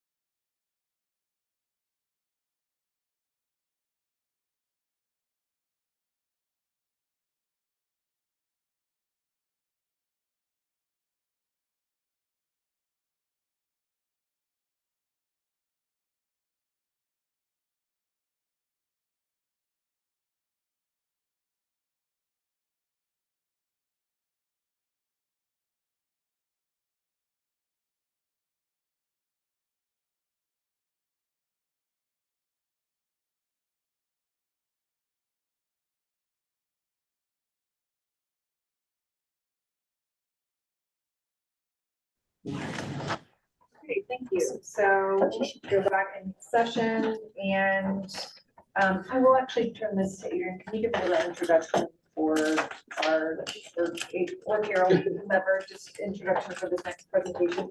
Yeah, if you remember, last meeting, there was some discussion about our nursing education program data that we report to NCSBN as part of the annual report that the nursing programs turn in.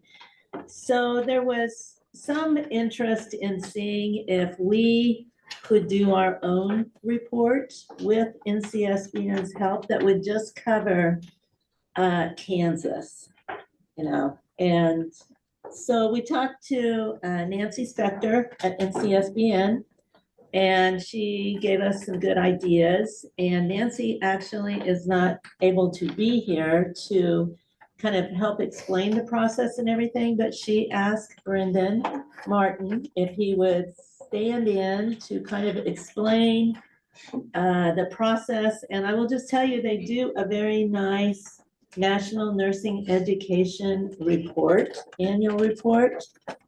So I think maybe he's gonna allude to that just a little bit, and if we could do something kind of similar to that for Kansas with just our data. With that, Colton, can you bring in Brendan Martin? I hope I said all the right things here. Yeah, he's the director of research for Yeah. NCSBN, so I'm sure he'll do an Yeah, intro he's of some sort. amazing.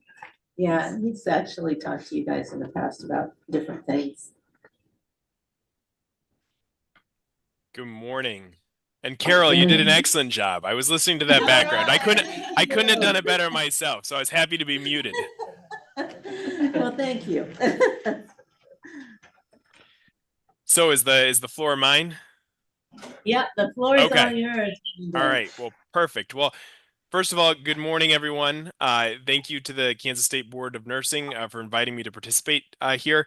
Just to give you a little bit of context for those of you who may not be familiar with me, my name is Brendan Martin. I'm the Director of Research at the National Council of State Boards of Nursing. So I work hand in hand with Nancy. And I was actually part of the initial analysis, which were really kind of the underpinnings for what ultimately grew into the annual report database. So as Carol shared, I am here today to provide some background information on the type of data that NCSBN plans to generate and share with the board in the near future to provide context for really kind of the local state-based nursing education landscape within Kansas. But one of the things that I wanted to do first and foremost to kind of help set the context, so I saw Carol hold up the aggregate kind of annual report, which I'm going to share here very quickly. But one of the things that I wanted to let you know is kind of by way of background is where this report and where ultimately the data that kind of underpin this report, how that kind of came into fruition. So beginning in fall of 2020, and this is not a story about the pandemic. I think every story about the pandemic begins with fall of 2020. This one is not. NCSBN launched its annual report program for nursing regulatory bodies across the United States. The goal of this new program was really twofold. First, NCSBN wanted to assist NRBs around the United States with just the kind of the time-consuming data collection associated with nursing education data. But then second, we wanted to create really the first ever nursing education database that could be leveraged by kind of all members of the nursing community. So the bulk of the annual report program is based on a set of evidence-based kind of core questions that are asked of all participating NRBs across the United States. And we felt as though that this standardized approach would allow kind of us to create a nationally comparative data set, which brings me ultimately to my attendance at this meeting, because where the national comparative data set I think has the most power is when you have something to compare the national data set to. So the Kansas State Board of Nursing has requested that NCSBN generate really a companion aggregate report, but focused only on the state-based nursing education programs. So right off the bat, I won't bury the lead. We're happy to do it, and we've already started to lay the groundwork for really kind of structuring it and pulling the data. So what I'm really here today to do is to not kind of go back and forth on that question. It's to really give you a sense of what that structure and that template is going to look like for the Kansas data, and to really kind of impress upon you, hopefully, why it is critical that I think that the template for the Kansas data mirror the national template. So without further ado, let's see if I can find the button. I have to send a request to share my screen. So we'll see if that is approved. All right, I think I have been approved. Yes, I have been approved. Thank you very much. So let's see, now we'll say share. So hopefully what you are all seeing in front of you should at the top have the date, January 25, 2024, National Nursing Education Database. Is that what everyone sees? Yes. Yeah, you may need to zoom it in just a little. Okay, yes, I'm happy to do that. All right. Is that better? Much better. Okay, fantastic. So what I'm here to do is to really kind of walk you through this report. So the first thing that I would say is don't worry about all the text, the preamble here. You know, for the state-based report, I think for the national report, we provide background on, you know, why we collect the data that we collect, kind of a scoping review of how many boards are participating, etc. And that's all to kind of set the context for the national findings.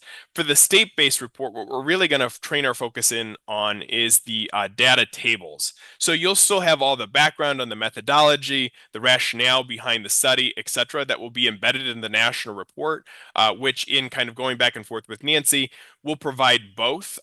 While you already have access to the national report, we'll make sure that they're kind of in the same location so that you're able to directly access both and reference both pretty easily. But the core here is that the qualitative kind of write-up that you see here, it would be redundant to repeat that in the state-based report. So rather than do that, what we're going to do is we're going to kind of focus in on the data tables. I'm sharing the most recent iteration of the aggregate data report to principally kind of give you a sense of what the next report that they're generating currently is going to look at. So the first one that we did only focused on 2020 to 2021 data.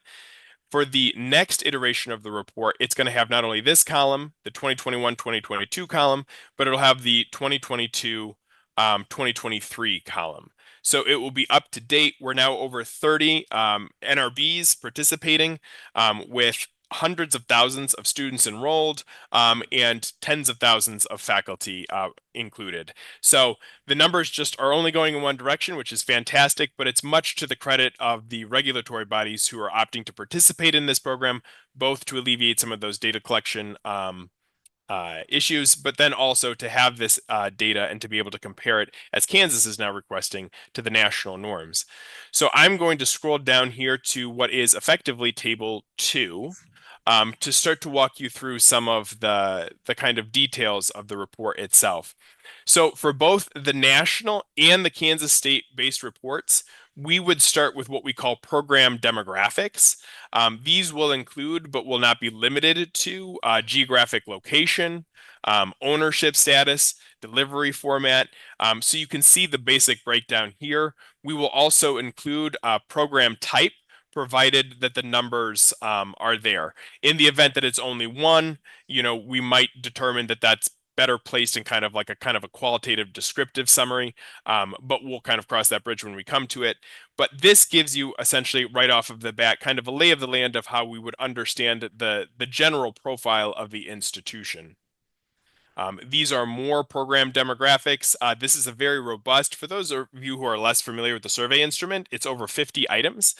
So it's a very comprehensive survey instrument, and it really gets into things associated with staff support, faculty composition, student demographics, etc. So this is the end of the program descriptives. Then we get into a breakdown by program hours. So what we mean by that are direct patient care hours, so kind of clinical placements. We get into simulation hours, and we get into skill lab requirements. As we scroll down, this is the same thing, but kind of trended over time. You might ask, if we started this in 2020, how do we possibly have 2010 and 2017? That's because to support the prior study that we did to kind of set the stage for this annual report database, we did detailed retroactive analysis of the data that the boards had had on hand prior. So we're able to provide that as context. And then we get into kind of the core set of questions, what we refer to as the key quality indicators. So the report in the study that I keep referencing was a large national mixed method study that NCSBN coordinated in 2020. This included a qualitative component. This included a large scale quantitative component. And then it also included a Delphi survey and a detailed literature review. So the goal of kind of triangulating all of these bits of evidence was to really zero in on what did the current body of evidence at the time tell us was important and kind of critical to program approval, and ultimately also correlated with NCLEX pass rates. So that is what this table looks at specifically. So here you can see in front of you, again, this is not always an exhaustive list, but some of the quality indicators that we highlight here in this table: accreditation, full program approval status is obviously just in here as a descriptor. We don't correlate that with itself. Experiences of major organizational change. So that could be administrator turnover within a certain given period of time, like how many directors of a nursing program have you had in the past 5 years? The amount of direct care clinical experience, the proportion of full-time faculty, graduation rates, etc. And then we do ask the actual specific date that a program was founded. What we found is that in looking kind of the data in kind of a trend format over time, that it really kind of bifurcated, so to speak, between longer standing, more established programs and kind of this more recent proliferation of new nursing programs. So for this particular analysis, we do a cut at 2017, but that data is actually collected in kind of like a base number format. So it can be different cut points. It can be like finer level of detail, depending on the needs of the board or the requester. As we go down, we also track support services as part of this particular survey, and we also look at things associated with faculty certification, in particular as it relates to certification aligned with teaching simulated clinical experiences. So as I mentioned up front, the goal, should the Kansas State Board of Nursing find it useful, the goal of our efforts is really going to focus on replicating these tables using only the Kansas program data. So one of the things that I'll emphasize right up front is we will not be providing a program name as part of the report. So none of the descriptive elements here will be broken down at the program level. That's not the intent of these types of reports. Rather, it will be an aggregate report across all of these measures. And when the numbers allow and facilitate, it'll be by program type. If we find that there are certain types of programs where there are very few, we would bring that up proactively to our contacts at the board to determine whether or not it was appropriate to include that as a separate breakout. If it was determined not to be, we would just omit it. If it was requested that we include it, we would include it. So we can be very flexible in that. But going back to kind of my initial preamble with this and with these tables, we really feel that the power in looking at the state-based data is not only understanding the landscape within your particular jurisdiction, but being able to compare it to these national metrics, to really have a sounding board to understand how are Kansas programs functioning, what do they look like, what are their levels vis-a-vis kind of a national norm. So what I would definitely recommend is that we do try to mirror these tables. I think we have found that the feedback for these tables has been very favorable and very strong.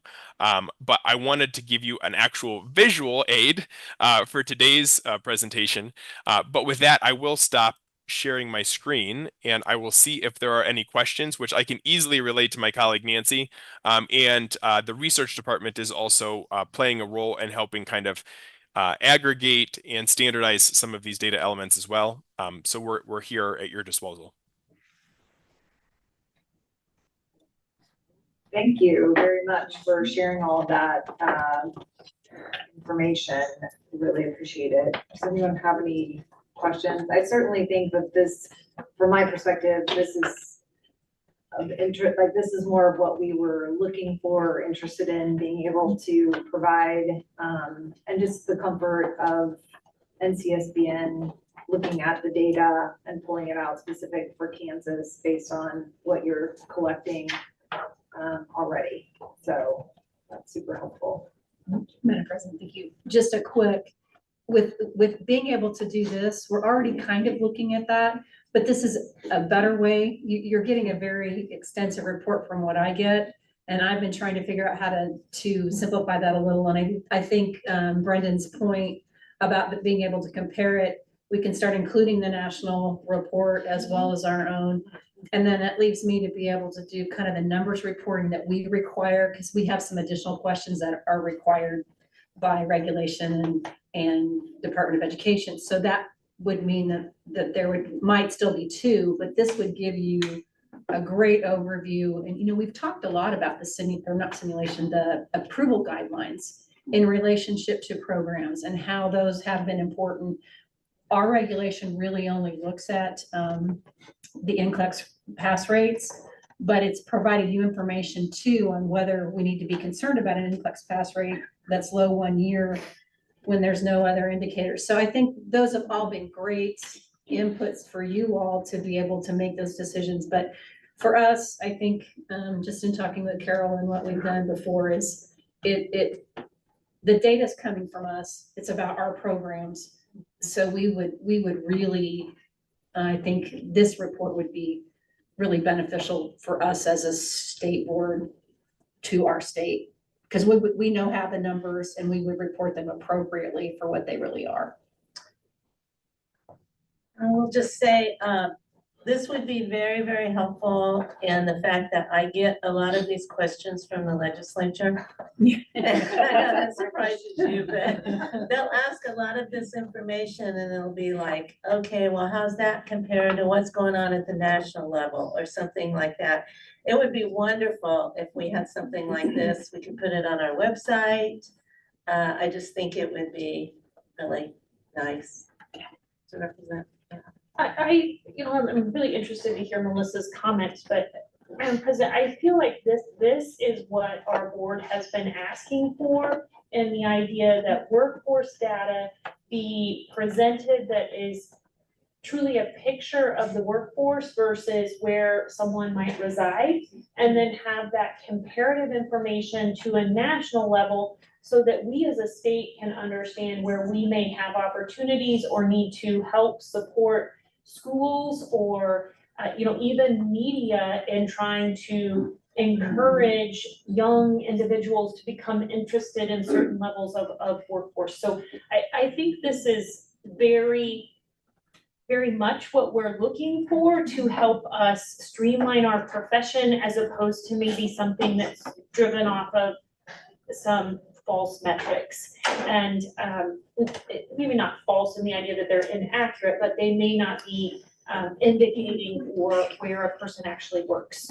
So I'm interested to hear what Melissa has, but I would like to make a motion of endorsement and support from the Kansas State Board of Nursing to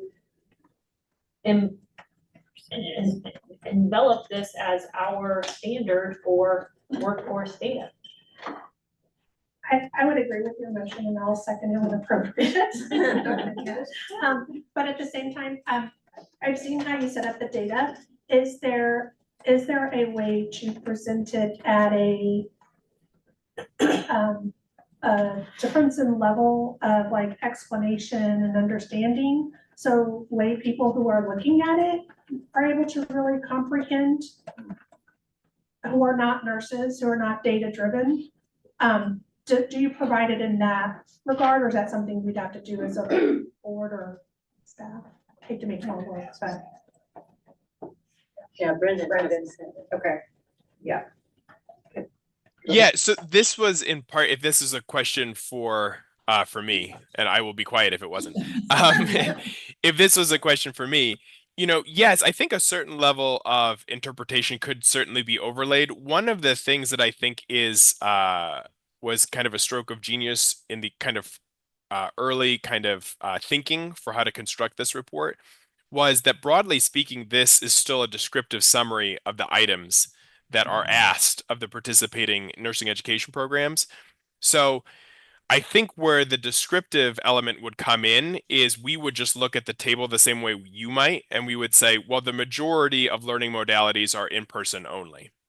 And so we can certainly discuss what kinds of insights you would want overlaid. I think where that level of interpretation or analysis would probably be the most beneficial is if we have kind of any comparative views of the data. This first pass, though, it will be just purely descriptive, because that's what the national template is. So it would be comparing 70% for Kansas to 85% for the national norm, for instance.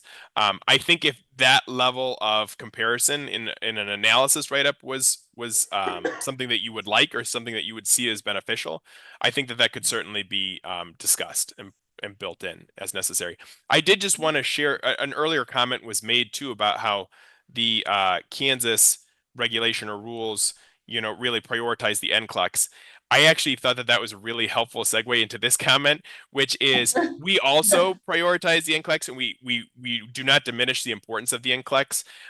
The goal of this particular project at its inception was, though, just to remind folks, that we view the NCLEX as kind of a lagging indicator, that there are certain kind of programmatic characteristics which, if they start to fall behind or kind of fall below a particular standard, could be indicative of future poor NCLEX performance of the students. And so the goal of these quality indicators is to, in effect, help the boards, help the programs within these state borders to kind of make sure that they're understanding what are the things that you can be seeing in real time in your program characteristics that might tell us down the road you might have an issue with aggregate NCLEX pass rates, so that there can be earlier intervention to avoid ever getting to a point where maybe a school is put on probation because their NCLEX performance is lower. So this is really kind of that endeavor of, if you see in a 3-year period the NCLEX aggregate pass rate go 80, 83%, 82%, 80%, and now you're starting to get a little bit worried. What are these other characteristics associated with these boards? Is this potentially an anomalous trend? Is this something where it's actually probably indicative of future continued poor performance? And you can kind of start to set a plan for how to improve things before the NCLEX ever gets to a point that would be of true concern. So I really like that point. We also looked at the NCLEX in this. As you might guess, the NCLEX aggregate pass rate was highly, highly aligned with program approval.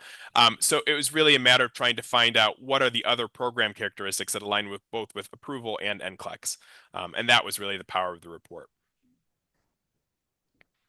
Brendan, thank you, Madam President. I think I would just add the one thing that you said to that is that's what we've been presenting to you the last 2 or 3 years. We've talked more about the quality indicators and where those show up. And in the report, the table that they were able to produce that kind of shows where those marks are.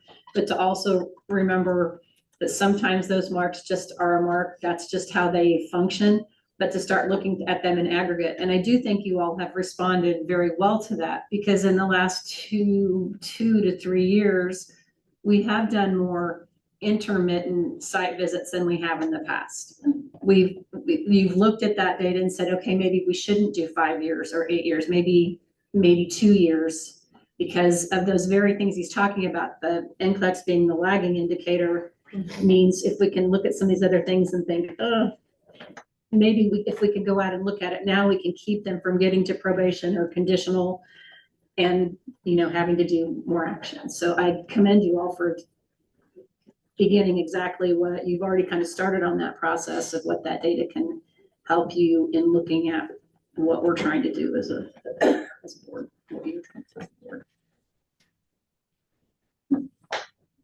So, is this something that we would need to make a motion for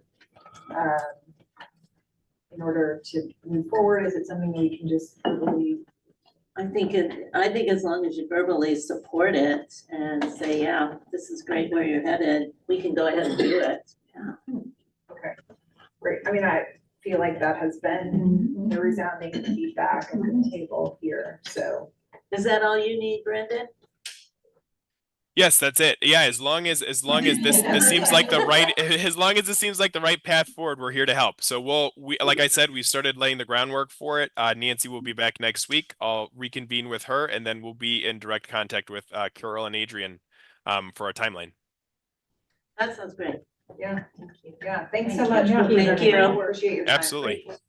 Happy to. Thank you for inviting me. Have a good day. Thank you. You too.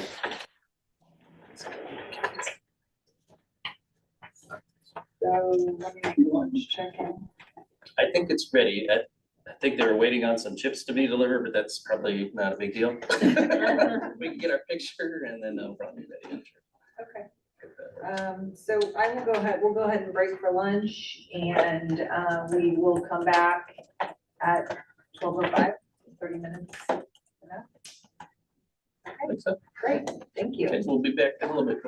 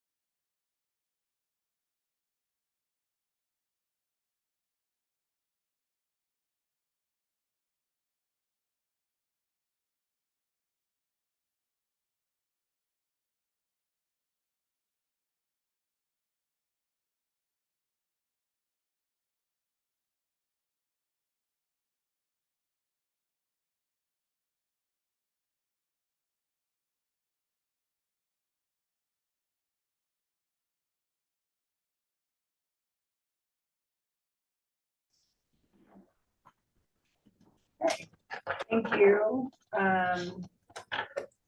We will come back to our agenda and we will pick up at unfinished business, the discussion about nurse midwives. Yeah, this has actually been on the agenda for a while, and I don't know if we want to say anything more than what was said in practice yesterday. I don't know if there's anything else.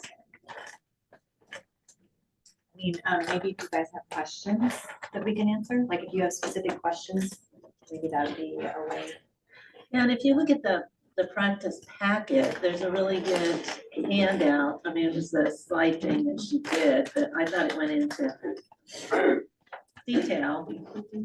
Yeah, or do you have anything? I mean, No, I think we're just gonna continue to discuss it in practice in September. And I would clarify that it's not nurse midwives that we were discussing, it was certified professional midwives. But she did a good job of differentiating Yeah, so the two. just going forward, I would make sure, I think that's part of the issue as well. okay. Things are being interchanged, in communication, so certified professional midwives. CPM. Do you want, When people used to use midwife, Yes, nurse, and they're midwife. nurses. Assume they're licensed. Well, No, they're not nurses. They're not- No, they're not nurses. They're not Some of licensed. them are. Well, some of them are, But but you're right. they're not all licensed, they're not licensed. Right. I think it was just helpful for all of us to get clear so that when we get a complaint, which I think is what prompted a lot of this, that we had complaints involving different kinds of providers. And we needed to be sure we were clear on which ones fell under this board's. And what to do with the ones that didn't fall under Mhm. this board. Yeah, we had some With those obligation to complaints. refer to some of the That board. was, Well, If for I these, the certified professional midwives, if I'm correct, the patient actually has to be the one to file a complaint with their Other national. national, whatever. Association. I don't think it would be us really referring to. If you have jurisdiction. we don't, but that's the problem in the people that would put the complaint in, the language barrier, the ruralness, there's a lot of factors that just, yeah. And if they are both, or decide they don't want to be both, then I think that's where the questions have come up. She did yesterday cite like a case, something in from 1993 or something. So we probably need to have like some legal review of that, so, because none of us are, so I'm gonna.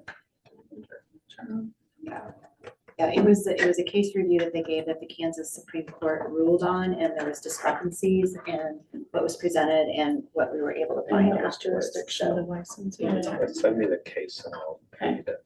And then I think I would recommend maybe some type of a draft of when these, or some type of a standard response for when this comes up, since they're not nurses, they're not KSBN. I don't know if we have options, but okay, this is what their title is, and this is, And there's a Kansas organization that they will, it's a voluntary board, or, yeah.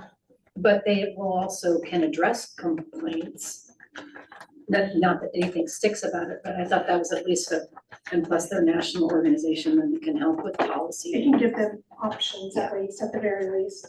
But I think it's confusing to the public, like what Andrew was saying, that the public doesn't know the difference between all of the various levels of midwifery in Kansas. And so there needs to be clarification, and then education, something on the website or newsletter or something, and I don't know. There was that one handout that they had that compared.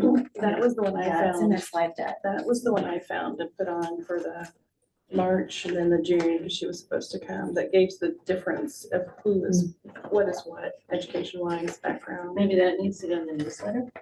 It could, yeah, that's good. Because I That thought would it be, was that would be helpful. for, the newsletter would go to the nurses, but do the hospitals get that? Who gets the They newsletter? put the complaints in too that we received. The ones we could. I Put it on think the they're going website. to send copies of the newsletter to the employers that could. I thought they were gonna talk to the hospital association at one point and get some contact information. And the Gargums, the little managers. And then Yeah, some you know, connections would be another one that you could send to like those long-term care facilities. That wouldn't be with the certified. You get us that, and we can send it to vendor. Yeah, that'd be helpful. And they'll add them to the list that they mail out. Okay, we could do that. I mean, as far as education. But I would include that as well on your response or whatever comes up. And this was, there was gonna be additional conversation in that practice. Right? But I think we'll probably talk about it. I mean, they're not coming back as far as I know, but I mean, yesterday the meeting ran over and she answered a lot of questions, but it's still like I said, we walked away, I think, with more questions at the end of it. I would encourage board members that want to, you can look at the practice committee webinar or YouTube, yeah, and then that way, if you have questions, send them to myself or Michelle so we can address them. Well, I'd love for our attorneys to look at it because like I said, we're seeing cases where they're turned into us, but they're not under us. So as the board, do we just toss them to the wind or what do we do? Well, that's where we needed first no jurisdiction. That would be Exactly. That piece has to. But it shouldn't be, well, it's not our job. We don't do anything with it. There's gotta be something we can We can look into it and give you some. think. That's all we. It'll be our pleasure. check that one. Jesse? Hear that? Okay. So just to clarify, do you still want this to stay on the board agenda or just practice committee? What do you want? Well, it sounds like, I mean, I would say at this moment, it sounds like it could come off of the full board agenda, but maybe it may need to come back around dependent on what comes out of practice committee or if there's some direction needed by investigative, but I don't know that this needs to be back on for September.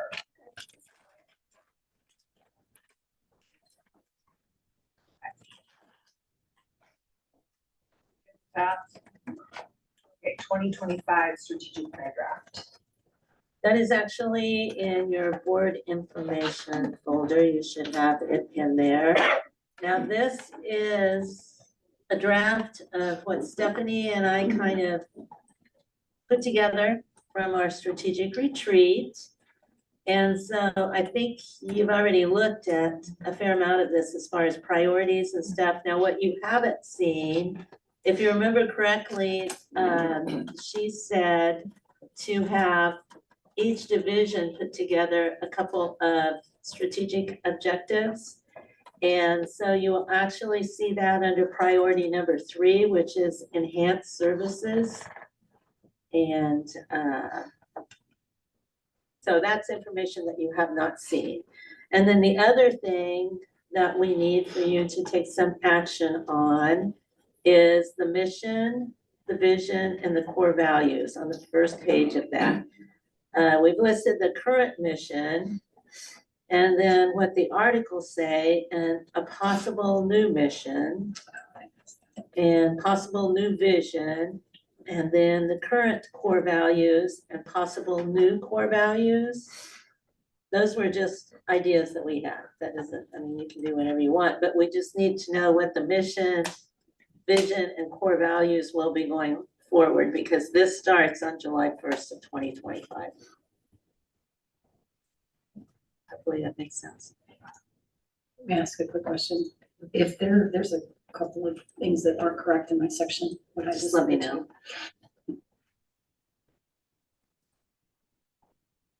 Well, this follows in line with our conversation at the strategic planning meeting in terms of the usual visions.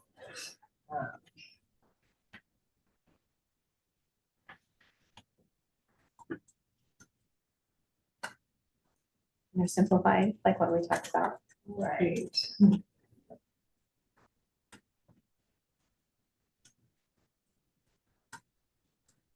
Looks like the core values essentially is what we had in a paragraph form, but just.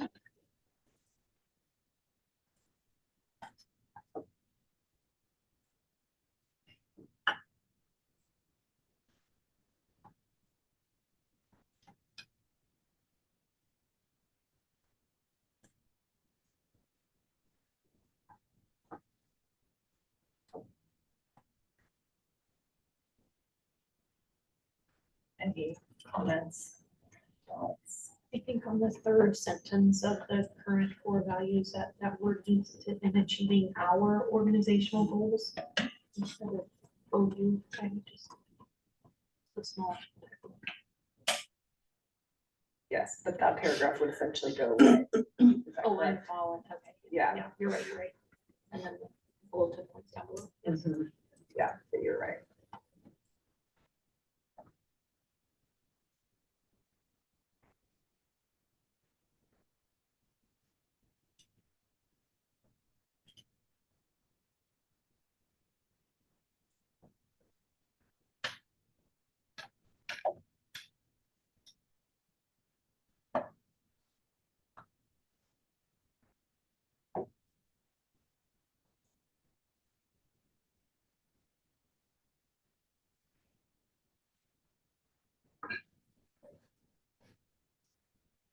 So this is something that we need some movement today because it's June 11th.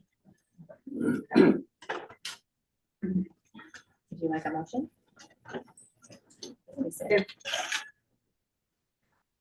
Is that the one we have? Any additional discussion? So essentially, it's Yep. to move to the mission. 2020 mission. strategic plan draft. Yeah, I got that motion in front of me if you want me to read it.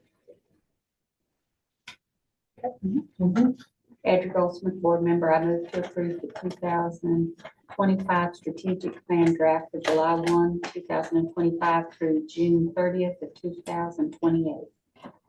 Second. That's the motion. And seconded, any discussion? Any extensions? Can I ask a question? So what do you want as the mission, and is that the new vision that you want? Because you've got several things in here. You've got a current mission, you've got the articles mission, and the possible new mission. Which one of those are you wanting to be the mission? We already decided that. We're not gonna leave all those in there. No. Oh, I thought we were moving to the new.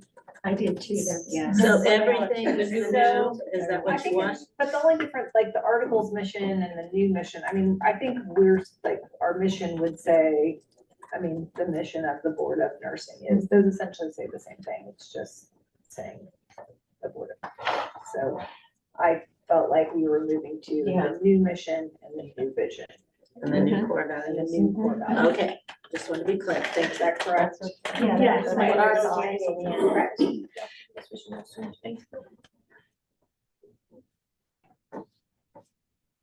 Okay. Anything additional that needs to be discussed for strategic plan draft? I don't think so. Okay. Everything else looks okay. Okay. So, next on our agenda, licensure fee increase proposal. Yeah, this is also under board information. Andy and I tried to put together just some information for you to maybe consider, maybe some questions that we provided some answers to. And I will tell you, when you get back to page 4, Exhibit 2, the projected revenue versus expenditures. We're in fiscal year 25 right now. We will end that and start on fiscal year 26 on July 1st. So kind of how it's looking right now is probably the revenue, I would guess, if it continues the way it is right now, is probably going to be 200,000 less maybe. It's kind of hard to know what licensing is going to do this month. Our expenditures right now are running below what we projected. The reason being is we have open positions. So probably half of the excess that we have is just salaries and wages because of the vacant positions. But we are filling a lot of those vacant positions. So in fiscal year 26, that we're not going to have that excess, hopefully, because of vacant positions. Plus, the expenditures will actually go up from what we projected, probably by around, I would guess, $68,000 because of the pay increase, which is fine.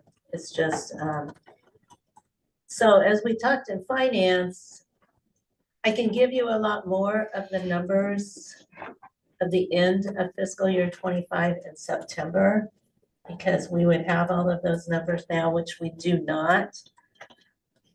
That's gonna tell you exactly what the fee fund, what the balance is in the fee fund at the end of fiscal year 25.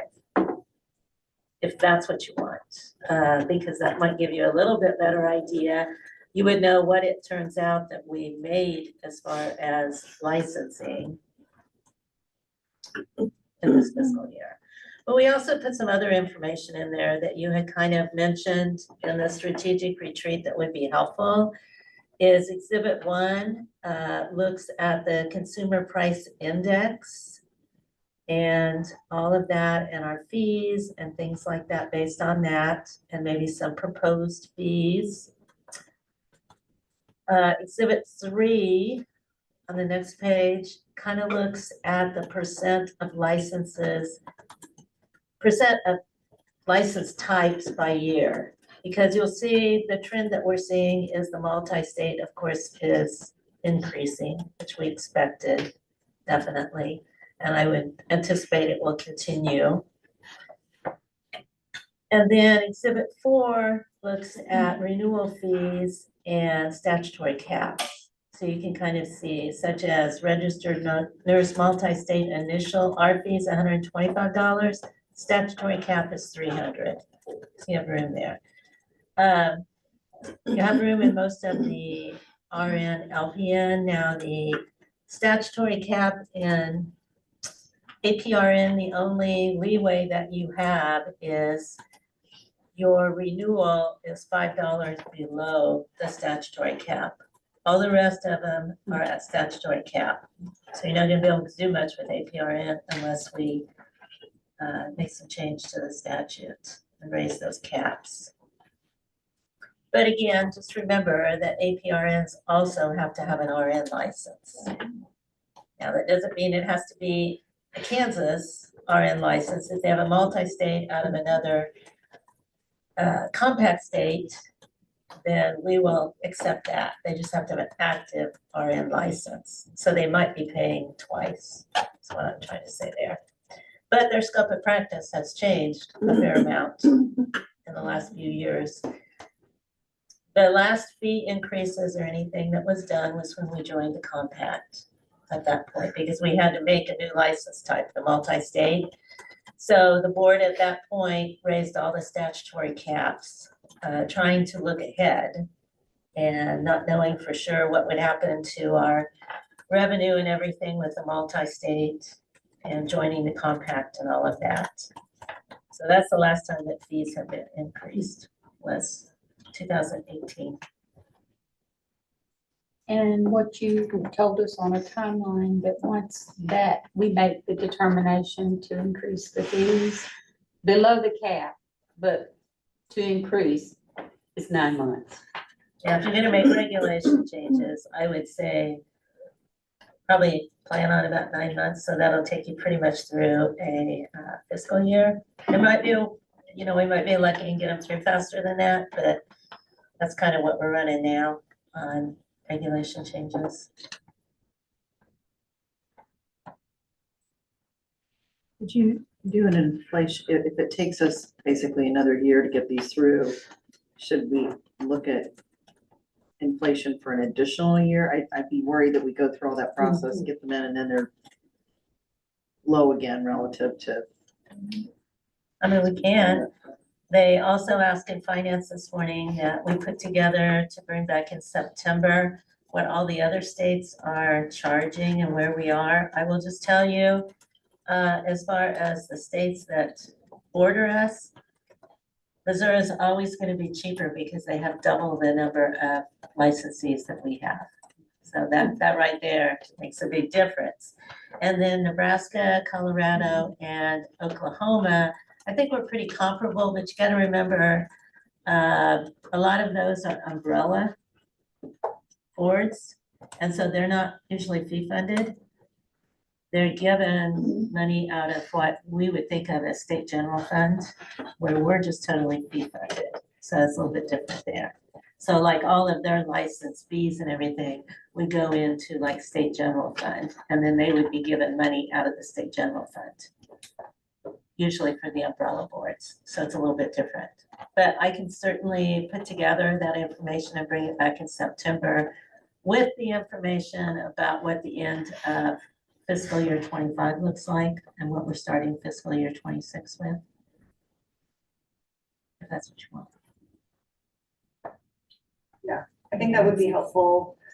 But I do think, just also going from our, finance committee conversation that,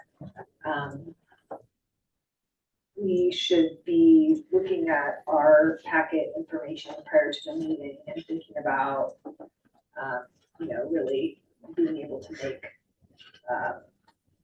some motion for direction at that September meeting so that the process can get started. Because as you just mentioned, it's not a 24-hour turnaround, so we can stick to it. So, just to recognize it will take some time to be put in place. Because many benefits, so. Yeah. Is this reflecting of the military? No, thank you for saying that, because what we're seeing, right now, military, we waive all of their licensing fees, period. And we cover also their fingerprint fees, anything that has to do with licensing, we cannot, charge them. So it makes a little bit of difference. So if they continue to do that with others, that's really gonna hit us. Quick question, have you heard about this happening with others? With others? Other, like military, other disciplines or something? I mean, I don't, other groups or something? Other groups? I Okay, mean, the military kind of came out and caught us that we were not gonna be able to charge them fees or anything. okay, Cause initially, I think it was like military, and then we added like military spouses. We kind of kept adding to it. okay. And I think pretty much everybody associated with the military now, we can't really charge, and we have to keep track of that and do a report and stuff like that. But I don't know if there's discussion about anything else over there as far as license fees. Thank you. But we definitely need to have that in the back of our head when we decide. Because again, it's not a turn around and do it again type thing. But I guess my only thought would be, while we don't want to have to turn around and do it right away, that we could also think about, can we make some changes that would have a positive impact while staying under the current cap, so that there are changes we can make as a board without having to proceed with statute changes, recognizing that probably is a direction that we will have to go in the future at some point. But if we can step our way up to that, to then just, continue to show additional rationale as to why we would need to make a statute change. Sure. Yeah. I'm looking at page 3, and Carol, correct me if I'm not reading page 3 table correctly.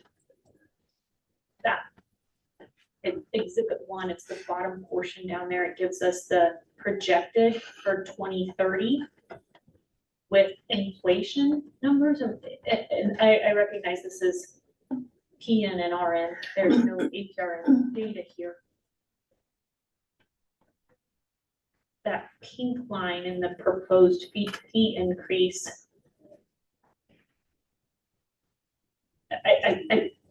I'm wondering if we couldn't either land on that pink line or maybe increase just a little bit, if I'm reading this table right, for the projected 2030.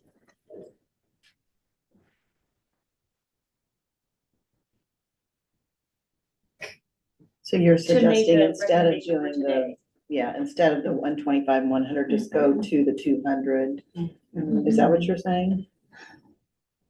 Well, and Or I go think higher that's than the, that? that's the proposed here.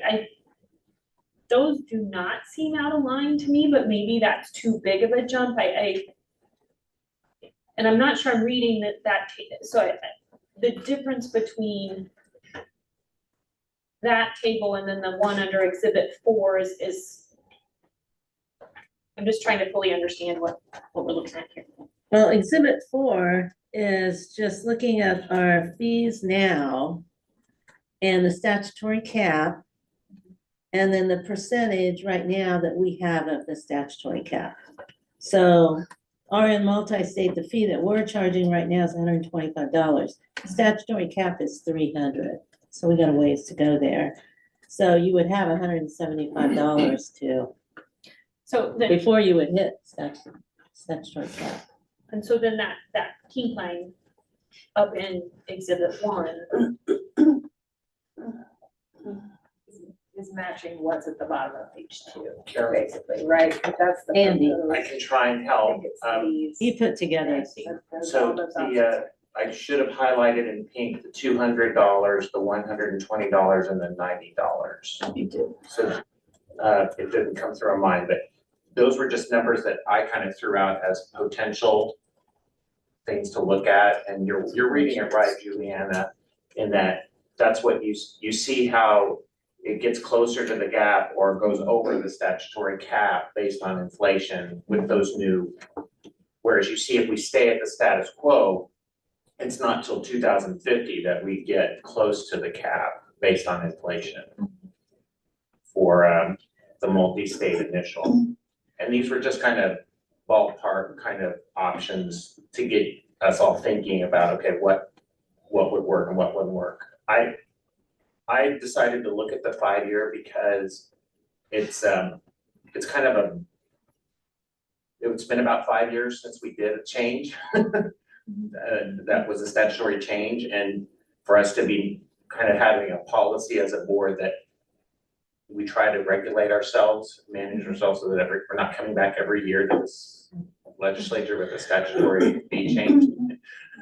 And that we're doing self-regulation change every year or so. I wonder, Andy, if for our September meeting, could you insert a column on exhibit 4 between fee and cap and with the recommended? Of course. Just maybe, just so we have all of those in one place, so we're kind of seeing where we're at, what's proposed and what the cap is. And I think as staff, we're really curious what number you would like that to be. Yeah. I mean, I can run the numbers. Ray would have actually said more go to a 95 rather than a 90.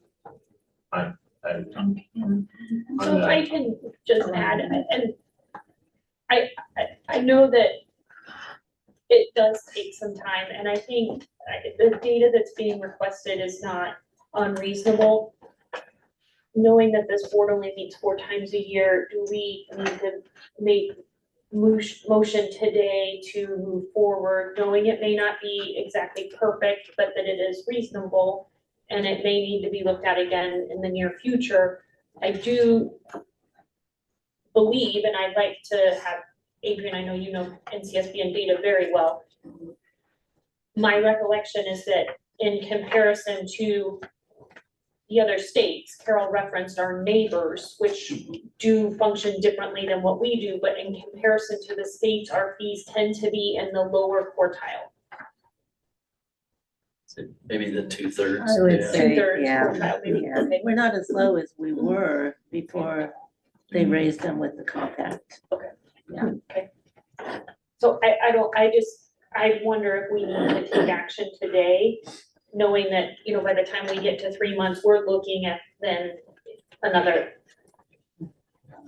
extended period of time. is there any value to, with the multi-state and the compact, to us being a little bit less to be competitive with surrounding states, to encourage more people to license You're talking about the $300 here? I don't That's think the it will initial. change their, I don't think we could be so much less that would change their choice of home Because that's what what I didn't know if drives that's a it. driver. That, it is your home state, so wherever you have your home State of address and your residence. license is, your driver's license is then where you get your home.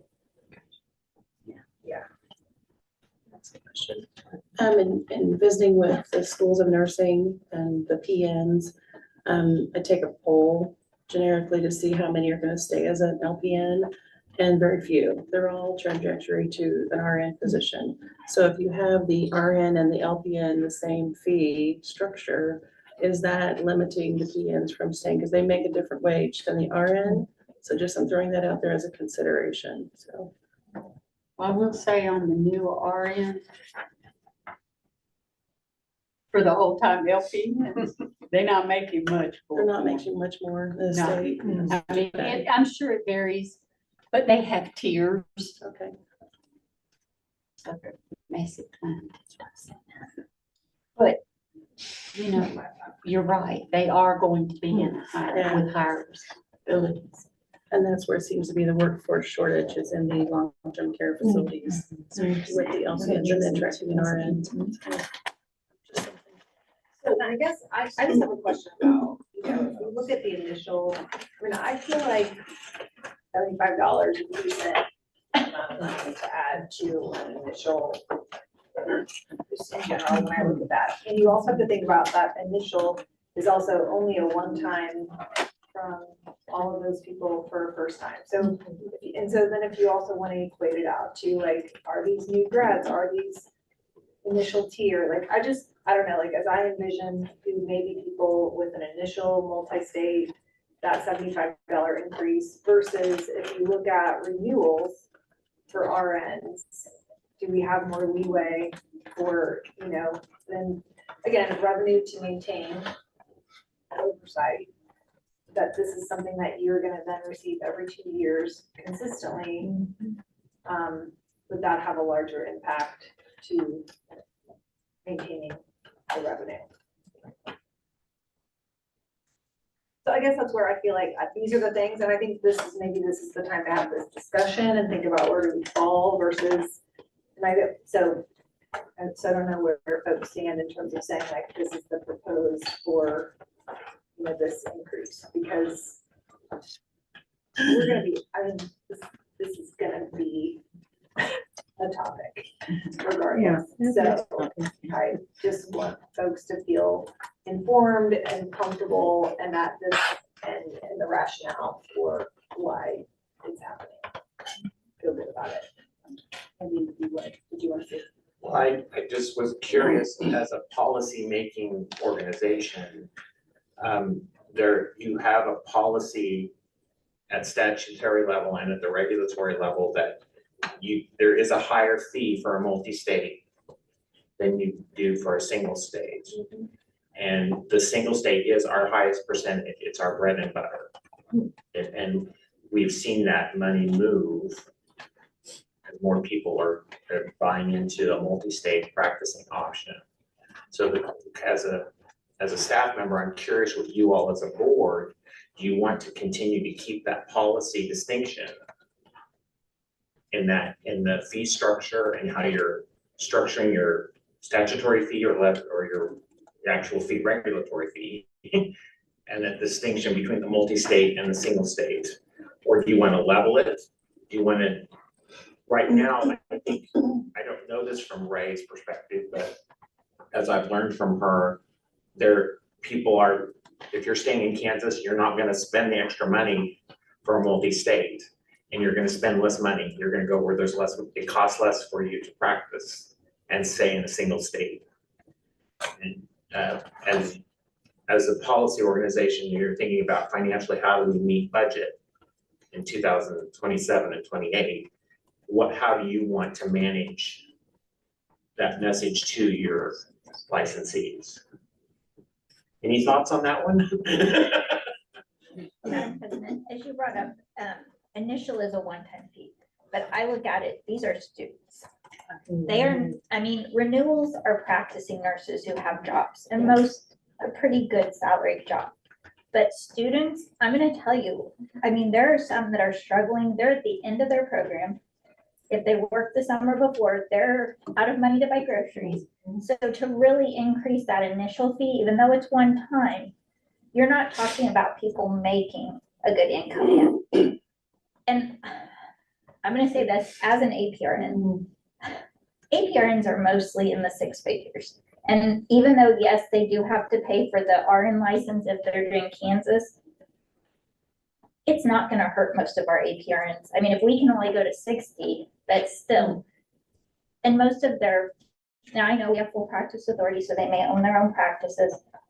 But most that I know, it's written off by the company that or it's paid for by the company that employs them, the hospital system, the practice. I think APRNs, whether it's CRNAs, midwives, nurse practitioners, I think that's where we could definitely increase and not hurt their take-home pay as much compared to RNs who may make 50,000 or more, less than APRNs. And I'm not speaking for all APRNs. I don't want a bunch of emails saying. But I mean. But that's where we don't really have the leeway in our cap. I know, I mean, that's really where it's set for that $60. So, but that's also in that same rationale, I would look to where can we move in terms of renewal fees? Yes. And because then, you know, that impacts everyone who is practicing after 2 years, you know, that you would, you know, then consistently see those funds incoming. I don't know that I would see a need to push a certain like to show that we're pushing for single state or pushing for multi-state, if I understand that question correctly. I haven't, I don't think we've heard from Rayanne if there's a processing or a, like one over another sort of thing, so I don't myself have a thought on that, but. Multi-state, we have to make sure the 11 uniform licensure requirements are met. And that's maybe just a little bit different than single state. So that was part of the reason initially as to why that cost would be a little bit more because of the time of our staff. And there's more steps for the licensee for the multi-state also. But there's also, I mean, there's like, I think 44 states in the compact now. So that's quite a few. So is there additional discussion or are there some clear thoughts on what those proposed increases should look like? In a way that we have some concrete thoughts for this meeting? I feel like the suggested fee increases are reasonable, given that it's going to take that long for them to even come in effect. I'm good to move ahead, but I don't know what the rest of the board feels. I'm okay to move ahead, but not by a huge amount. Well, what they propose. Yeah. I mean, I can say like I myself, like I would not, like, and that's fine. We don't always have to have the unanimous agreement. But you know, my thought is that I would shift. We have room under the renewal cap. And my thought is that I would make a bigger shift from that, instead of going from 85 to 90, you know, I would think about going 85 to 100 or 85 to. Okay. Yeah, I would 15. I mean, I would think about, and so to me, I think that's where we haven't looked at those numbers, so, and not to create additional work, and do we need to see those numbers, but if we had some clear projections, so knowing that if we don't make clear movement today, that we have some clear numbers to look at and know that we're not right back at this conversation in September, not feeling comfortable. So could we run some numbers to see if we made different shifts? Where would that sit in September? Yeah, so For maybe every $5 you increase, you get about $120,000. So maybe we'll have the firmer numbers for the next one. And so as you all are getting at, but what I'm kind of hearing is maybe we have some other priorities for you to apply for waiting to get us to that number. And the one priority is to keep students, you know, that initial licensure lower. But you said there was a lot of more involved in those, correct? That's a multi-state. Multi-state versus But single again, a state. new student can opt to get a single state. Yeah. They do not have to dive deep and get a multi, unless their job requires it, and then that could be part of their bargaining for the job. Yeah. They might not know Yes. that. The initial, RN, LPN coming out of school, like you made a very good point, they also have to pay for the fingerprint fee, which is not something that we And it's just NCLEX. pass through, but it's still, they have to be with those costs too. Yeah. And the NCLEX, yeah. Concerned about that. And the lengthy process is only related if we go with the cap, is that right? Or is it lengthy process for any change? Up to Different Well, process. statutory, if you're gonna change your statutory cap, it's gonna have to, we're gonna have to take the statute to the legislature. Right, and that's the And 9 month. hope they don't change. No, No, no, that's not regulatory. the 90 months. Oh, so this is 9 That's a months 4-month regardless. thing. 9 month is like if you do a regulation change, you're not changing the statutory cap, you're just changing what we're charging for the fee. And you could go up to the statutory cap. That would be regulation And changes. it's within our purview. If you take this to the legislature, they may say, oh, we don't like that one at all. We're gonna change it to X, Y, Z. We're free, no fees. Let us out of business. It's complete. And for the good of the discussions, it was mentioned in NCLEX, that's where I was gonna go. It has not been raised since 2001, and so there was a lot of discussion when I was treasurer of NCSB about that fee and their declining revenue. It is still a topic of discussion, and so I believe that you might see some movement in there as well. So that's if the total cost of a new licensing may be factored. They consider that. Information. I like the $100 for or for the renewal. I thought that was reasonable. For the multi-state renewal, going up on that? yes, no, to 100. To Because then we're still below that cap. So that would just be for multi-state, is that what you're saying, instead of single state also, or? Right We now, could do it for. right now it's for both. Okay, The 90 was proposed for both Mm. RN okay. and multi. That's the way it's structured in the statute and the regulation right now, is they're grouped together, the renewal Right. for the multi-state and the single state, RN and FPN. I appreciate the discussion. I think Amy brought up a really good point about the new grads, and after talking about the flex, I see the need for additional information to come forth. Okay. I retract my prior statement.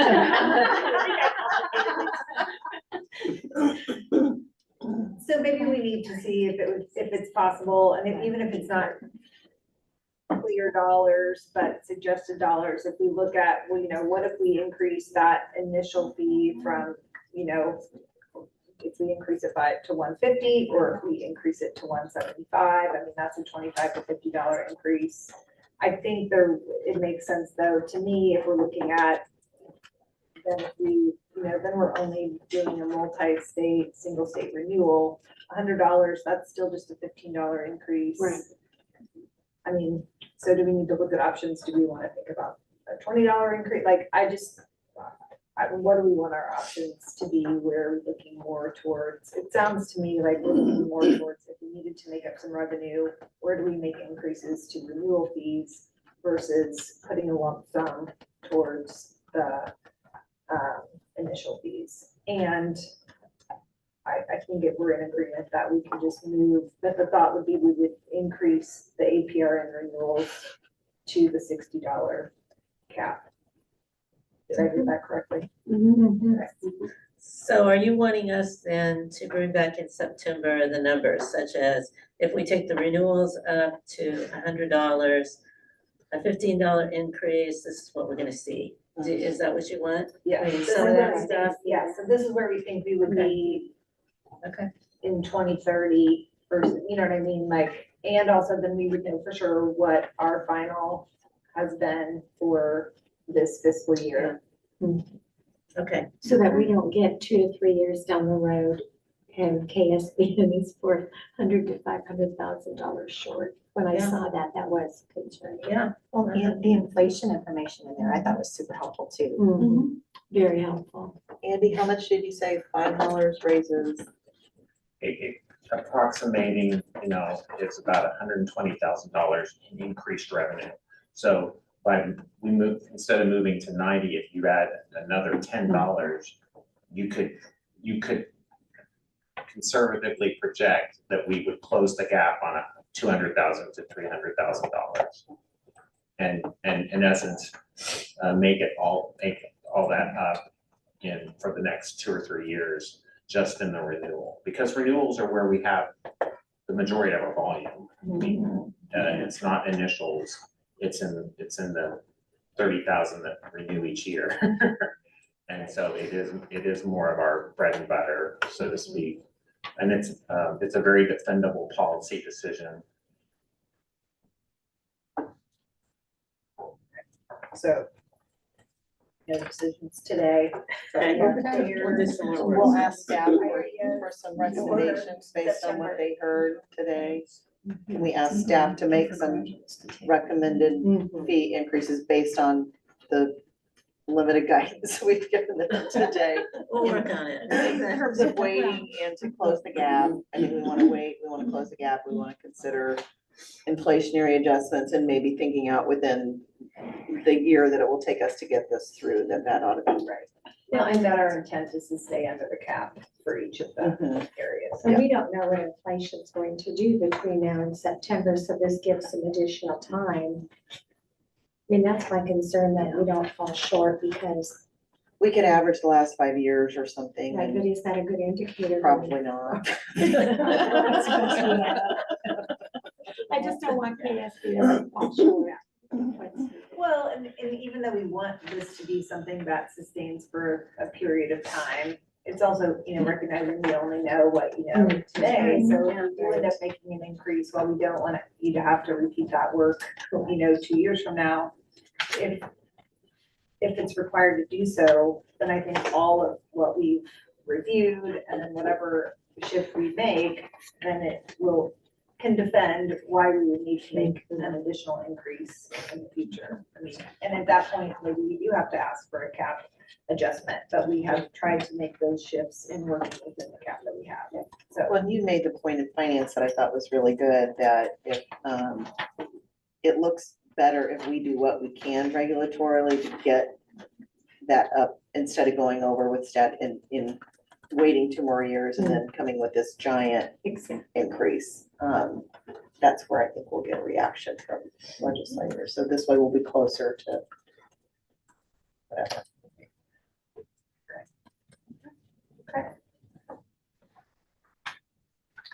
so that is the end of our unfinished business. And I think the last piece we have in new business now is retreat for 2026. Carol, Adrian? That's it. Okay, well, appreciate everybody's involvement in the strategic retreat. We've gathered some information that I think will help us, set that path forward. With that being said, it was very helpful to have the decision early on. I believe a meeting or so after the retreat was when you decided that you wanted to have one the next year. That allowed us to get everything in line way ahead of time, which was very appreciated. And so this time we were wondering if the existing board members would like to have some sort of retreat, and whether or not you want to maybe gather it around updates of the strategic plan, and then maybe some sort of a learning opportunity. It could be, any number of things, but we've been talking about different fees and different governments and that sort of thing. Maybe there's something that we could do along that lines. But just wanted to get the discussion early so that we can budget appropriately, get reservations for locations and those sorts of things well in advance would be appreciated. So just looking for some general feedback. Or if you want to have an off year, that's fine too.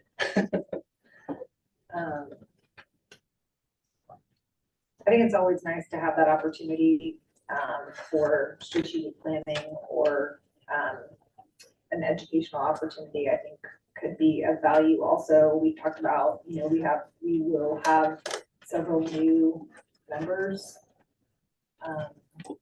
in the next year. So that may be helpful for, just the education and onboarding of new members. And I think it just, it changes the dynamics, it changes the conversation. It's additional opportunity to interact with different members of not only the staff, but also kind of our legal counsel. So I think there's lots of value to be able to have that time outside of scheduled quarterly meetings. Well said.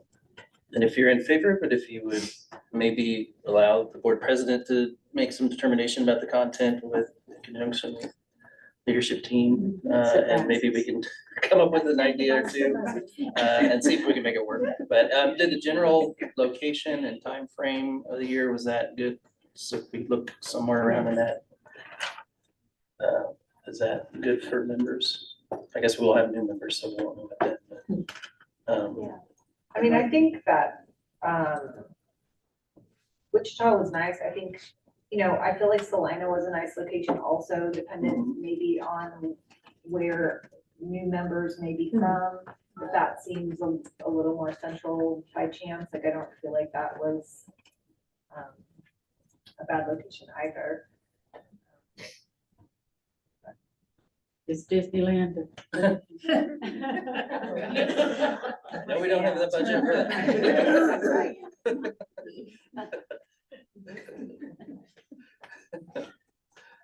Okay, well, if you're okay with that, we'll work with you and. Sounds good. Thank you, that's all I have for that. Great. That looks like the end of my agenda in front of me, so I do think we have items that we discussed for our September. Did you want to look at the draft fiscal year 24 annual report? We just talked about onsite packet, but we didn't do. Yeah, it's in the onsite packet, and this is just the draft. We always bring the draft to the board before it becomes public or anything, and we just want to make sure that it all looks okay. If there's any changes you want. We were delayed this time because of changing vendors. So this is with our new vendor. And so we'll be turning around shortly and doing fiscal year 25. But if there's anything you want changed or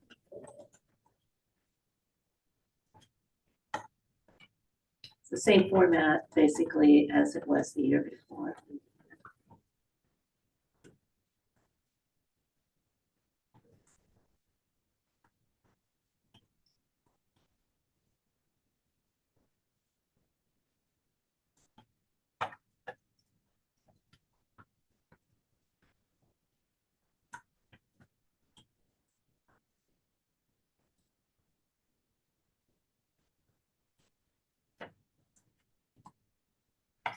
So then I have a quick question, Madam Chair. Who gets this report? Like, do you mail it out, email it out? It's actually on our website. Website, okay. And we've oftentimes printed some for the budget hearing because usually there's a good question about this. Now with this new vendor, we can get printed copies and however many we want probably and give them out. Yes, Is suggestions? that it's additional cost or? I don't think so. As long as it's within kind of reason. Yeah, reason, yeah. We can provide.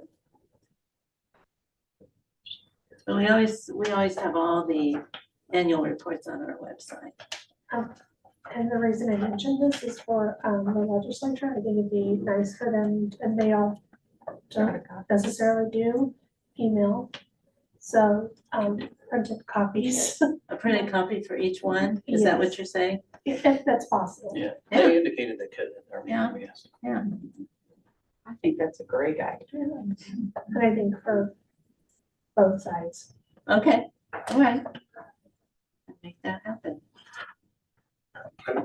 Carolyn might highlight that pages 12 and 13 and 14 are kind of actually provide a lot more data than we've provided in the past, because instead of just listing total number of licensees, we've broken it out by county. So as a legislator, I can see a lot more data about mine. I think, yeah, And like, And we don't, where we're heading, I think, in terms of workforce development and education, it's the idea that we have nursing programs by region as well.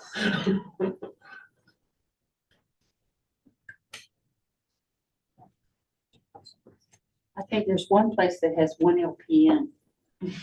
Actually, I think there's, Hamilton. oh, and nurse practitioner. You know what? Oh, that's another. One nurse practitioner. It's like, wow.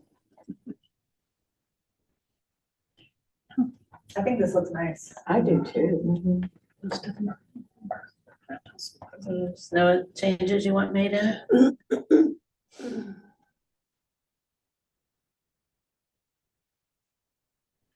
Silence as no. Okay, Yeah, great. all right, Looks okay. good, looks good. Okay, Thank you. thank you. Have I missed anything else?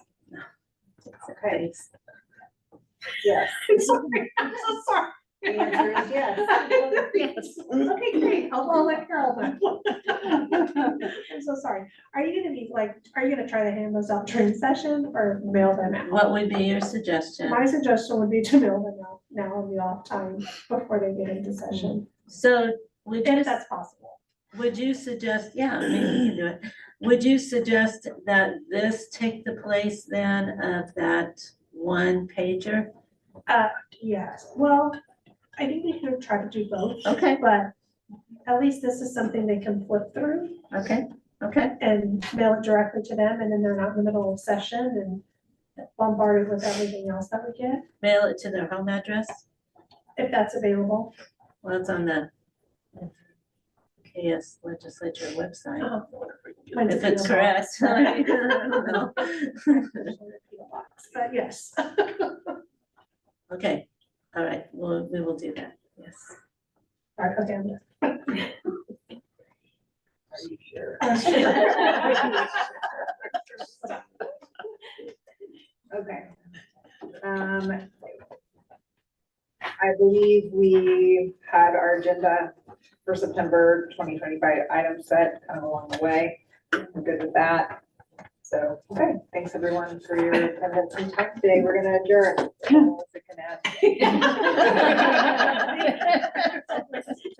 Okay, just a reminder, everybody, you've got to turn in your travel stuff before you walk out those doors today. Because it's the end of the fiscal year and Jill has like 3 days to turn this stuff around. Thank you. Oh, perfect. Stay for a little longer.